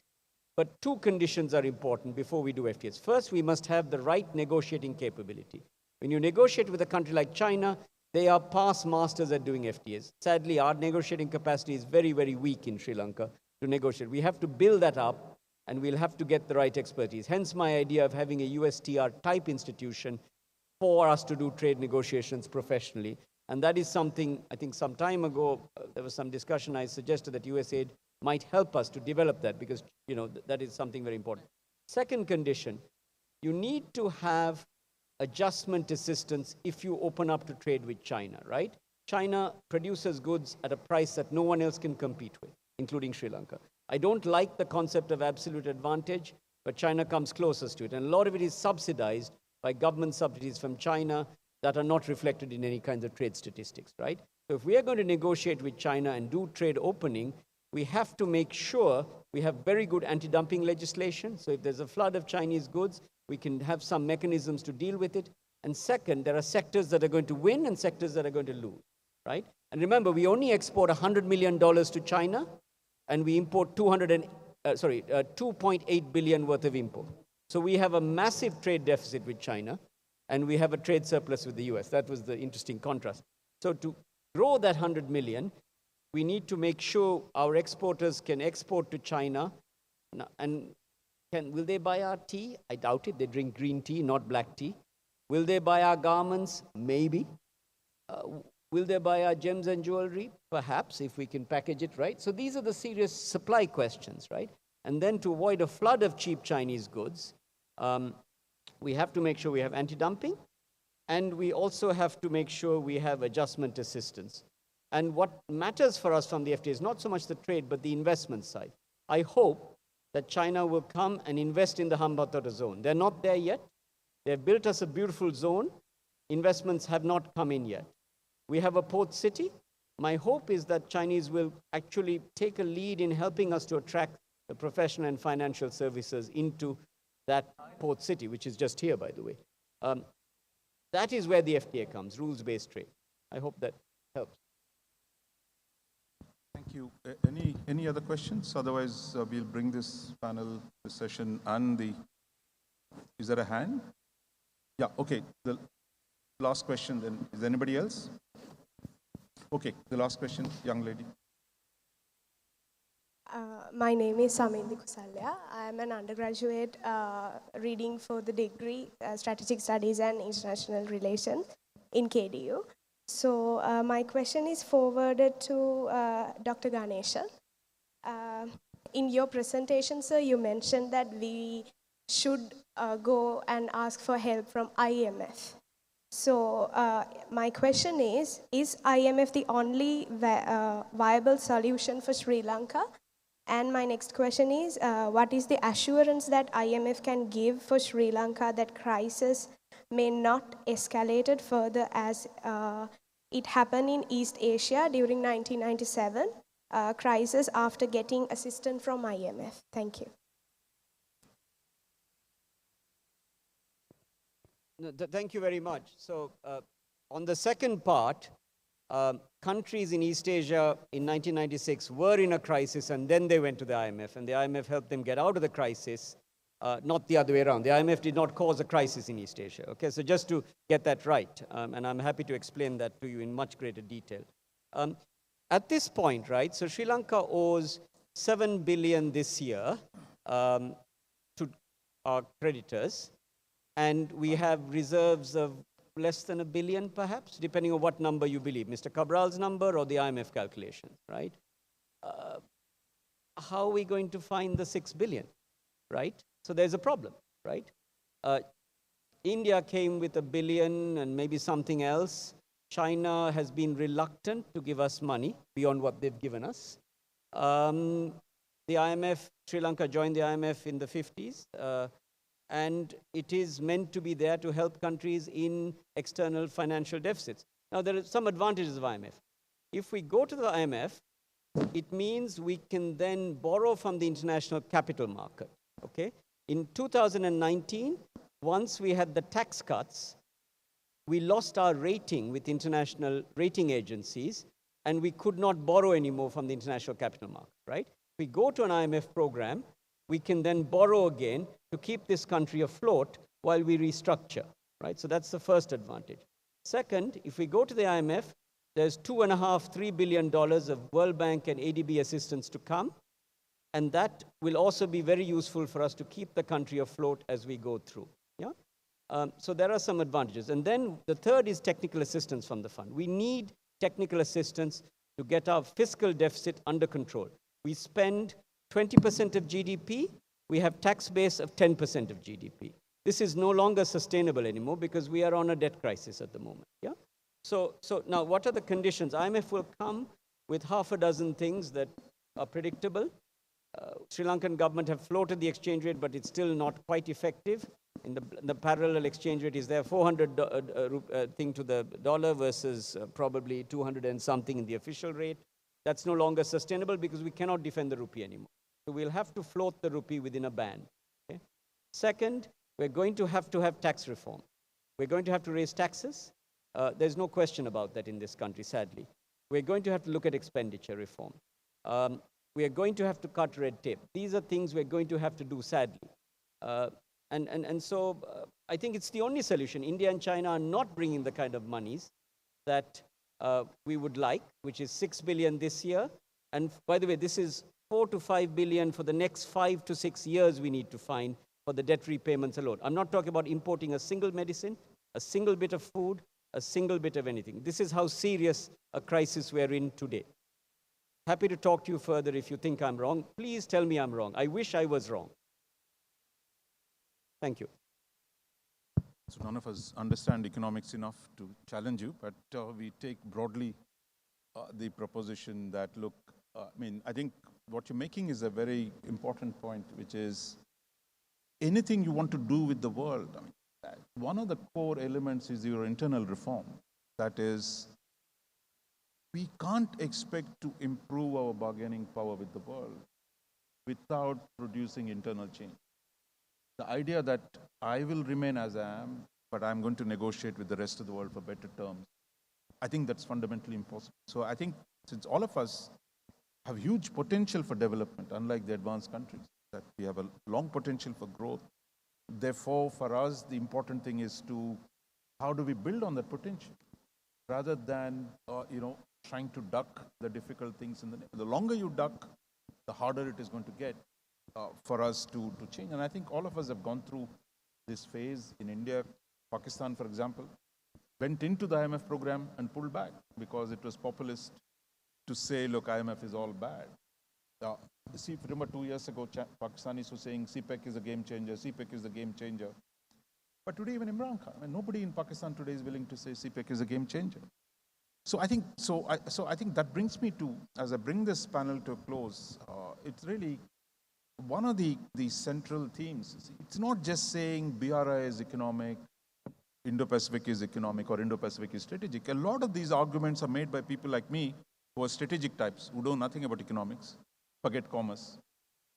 And it is the geopolitical types who are taking this position. But the main question you have to ask yourself is not enough to say BRI is economic, but to say, what is the interest rate? What are the terms of repayment? Is this investment worth it? Is it going to produce the rate? Which is the normal questions anybody who deals with money will ask. What are the terms of the money you're borrowing and how you're investing it? What is the rate of return? This is the elementary aspects, and this has nothing to do with politics. But I think, unfortunately, in South Asia, we have elevated ideological arguments to such a level. A priori, in some countries, you decide it's all, BRI is great, Indo-Pacific is bad. That just tells you about the politics. It doesn't tell you anything about the economics. Is it difficult to judge the way you use these loans?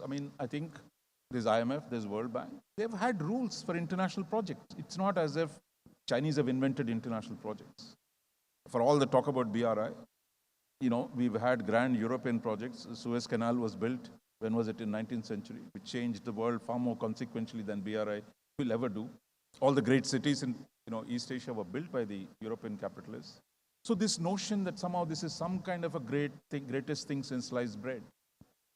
So without thinking, unthinkingly, like we saw Pakistan, move into this, and today they're in a deep, deep crisis. As much with Pakistan's economy smaller than Bangladesh's. That's where Pakistan finds itself in. So I think we need to depoliticize our economic decision and deal with this on first principles of how you deal with money. If you take that approach, then I think all of us in the region will be better able to negotiate the terms with BRI, with the Indo-Pacific, with the international system as a whole, because there are a lot more people offering to develop things. It's not shortage of money. The problem that brings me to the second point, that it is our internal issues that have actually prevented taking advantage of the external thing. And this way reinforces the question of reform.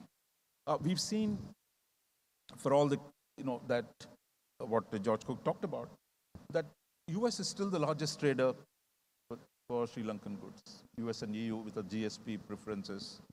Pakistan, the best friend of China, even now, most of their exports go to US and Europe.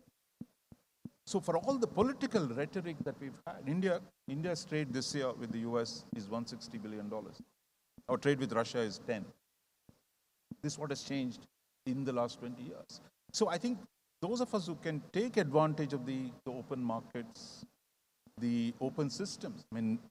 In China, you can't negotiate with anybody except the guy who's come down. But in the US, at least, you can go up the Congress if you don't like the administration.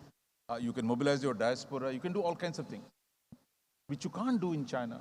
So I think in our Indo-Pacific debates, we underestimate the extraordinary weight today of South Asian diaspora, not just Indian, Pakistani, Bangladeshi, Sri Lankan. I don't know what the size of Sri Lankan diaspora. But if you look at the administration, at any time you'll find growing number of South Asian origin Americans in leading positions. I'm not even talking about Silicon Valley that you're beginning to see. So I think our connections with the US and the West are far deeper, far more organically developed, rather than the G2G political level engagement with China, which people have sought to, mystify that into some kind of a grand thing. And that's why our Indo-Pacific debate must be about taking the natural opportunities that already exist in the West and how do we use that to build ourselves. Finally, I want to say this, we are a small country. I mean, I saw a lot of sessions were titled, Perspectives of a Small Country. Small has never meant insignificant. The question is, where are you? I mean, location, your economic character. Taiwan is maybe just the same size as Sri Lanka, but it has a monopoly on silicon chip production. That makes them, some of my Taiwanese friends say, look, they've got a silicon shield. China will never attack them because all the chips are produced in Taiwan. Take North Korea. I mean, everybody likes to hate North Korea, but they're sitting in the lap of the Chinese, so nobody can attack them. So I think it's a location. I think the question is not whether it's small or big. Can we take advantage of our location, the limited resources that we have? So what is the political economic strategy to leverage what you have? Because God only gives you certain features. And the question is, are we politically capable of taking advantage of those features? Rather than saying we are small and big. Look, Japan is big, but it doesn't have too much political power. Germany has the same problem. But the smaller countries, Singapore, for example, so small, 4 million people, 3 million citizens, 1 million guest workers. I mean, they have a huge influence. Look at Qatar, not even 500,000 people, but they got money, so they have influence. So I think it is the agency that we have, all of us, in this vast region of Indo-Pacific, is something that I think we need to build on, and that all countries have agency. The question is, can we use that agency to take advantage of the Indo-Pacific strategy and other opportunities that come our way? So I would say, I think in the end, I mean, looking back at history morning, Professor Kirivella said all the trade to India came through Sri Lankan ports in the ancient period. And I didn't answer him that question. I say, look, it still does. Colombo is the main transshipment point for India. So I think some things don't change in history. So my sense is Indo-Pacific is not a new concept. If you go back to the Great British India period, the influence of the subcontinent, undivided subcontinent, stretched from the African coast to the Middle East to South China. And I think we are talking about the same region. What happened in between in the last 4 decades was the breakup of this region into pieces, into South Asia, Southeast Asia, East Asia. Well, if you go back to 1945, the region was really, nobody said, there was China, there was Japan, there was India, there was Indonesia, there was Africa, there was the Middle East. So I think these were artificial divisions. So Indo-Pacific is not something new. It's a natural space that exists. And I think we need to reimagine our possibilities in this region rather than simply saying, are we abandoning South Asia? Are we abandoning some? So I'll finally close with, I tell a lot of my Southeast Asian friends, sometimes they say, what have you got to do with Indo-Pacific? We are the Pacific, you are Indian Ocean. So I just tell them about the Second World War, what was happening in the Second World War. In Japan, when Japan occupied Burma, there was a 1 million men Indian army that pushed the Japanese out of Burma, undivided India I'm talking about. Who was India working with? Nationalist China. Who was supporting nationalist China and British India? Was the United States. The great Stilwell Road that was built to supply arms to China from India. So what you had was, and then in Burma, in the 1 million man army, there were a large number of Africans, including Obama's grandfather, who served in the British Indian Army.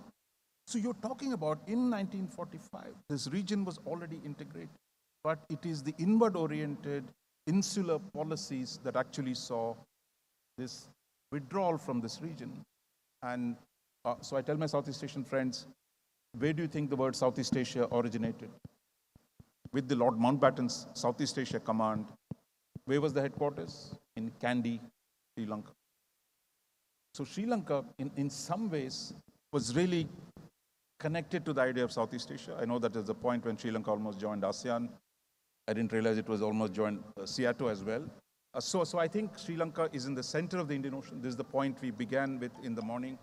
And so my sense is, I think that claim can be generated again, that in Sri Lanka's centrality in the Indian Ocean can be rediscovered if there are policies of internal reform and a positive outward-oriented engagement with all its partners. I think that is the way we need to put it. I'll stop here by congratulating KDU and the US Embassy for setting up wonderful. We had a very stimulating set of conversations since morning. It's a long day. I'm sure all of you are looking to go stretch your legs, come back for cocktails at the end of the day. So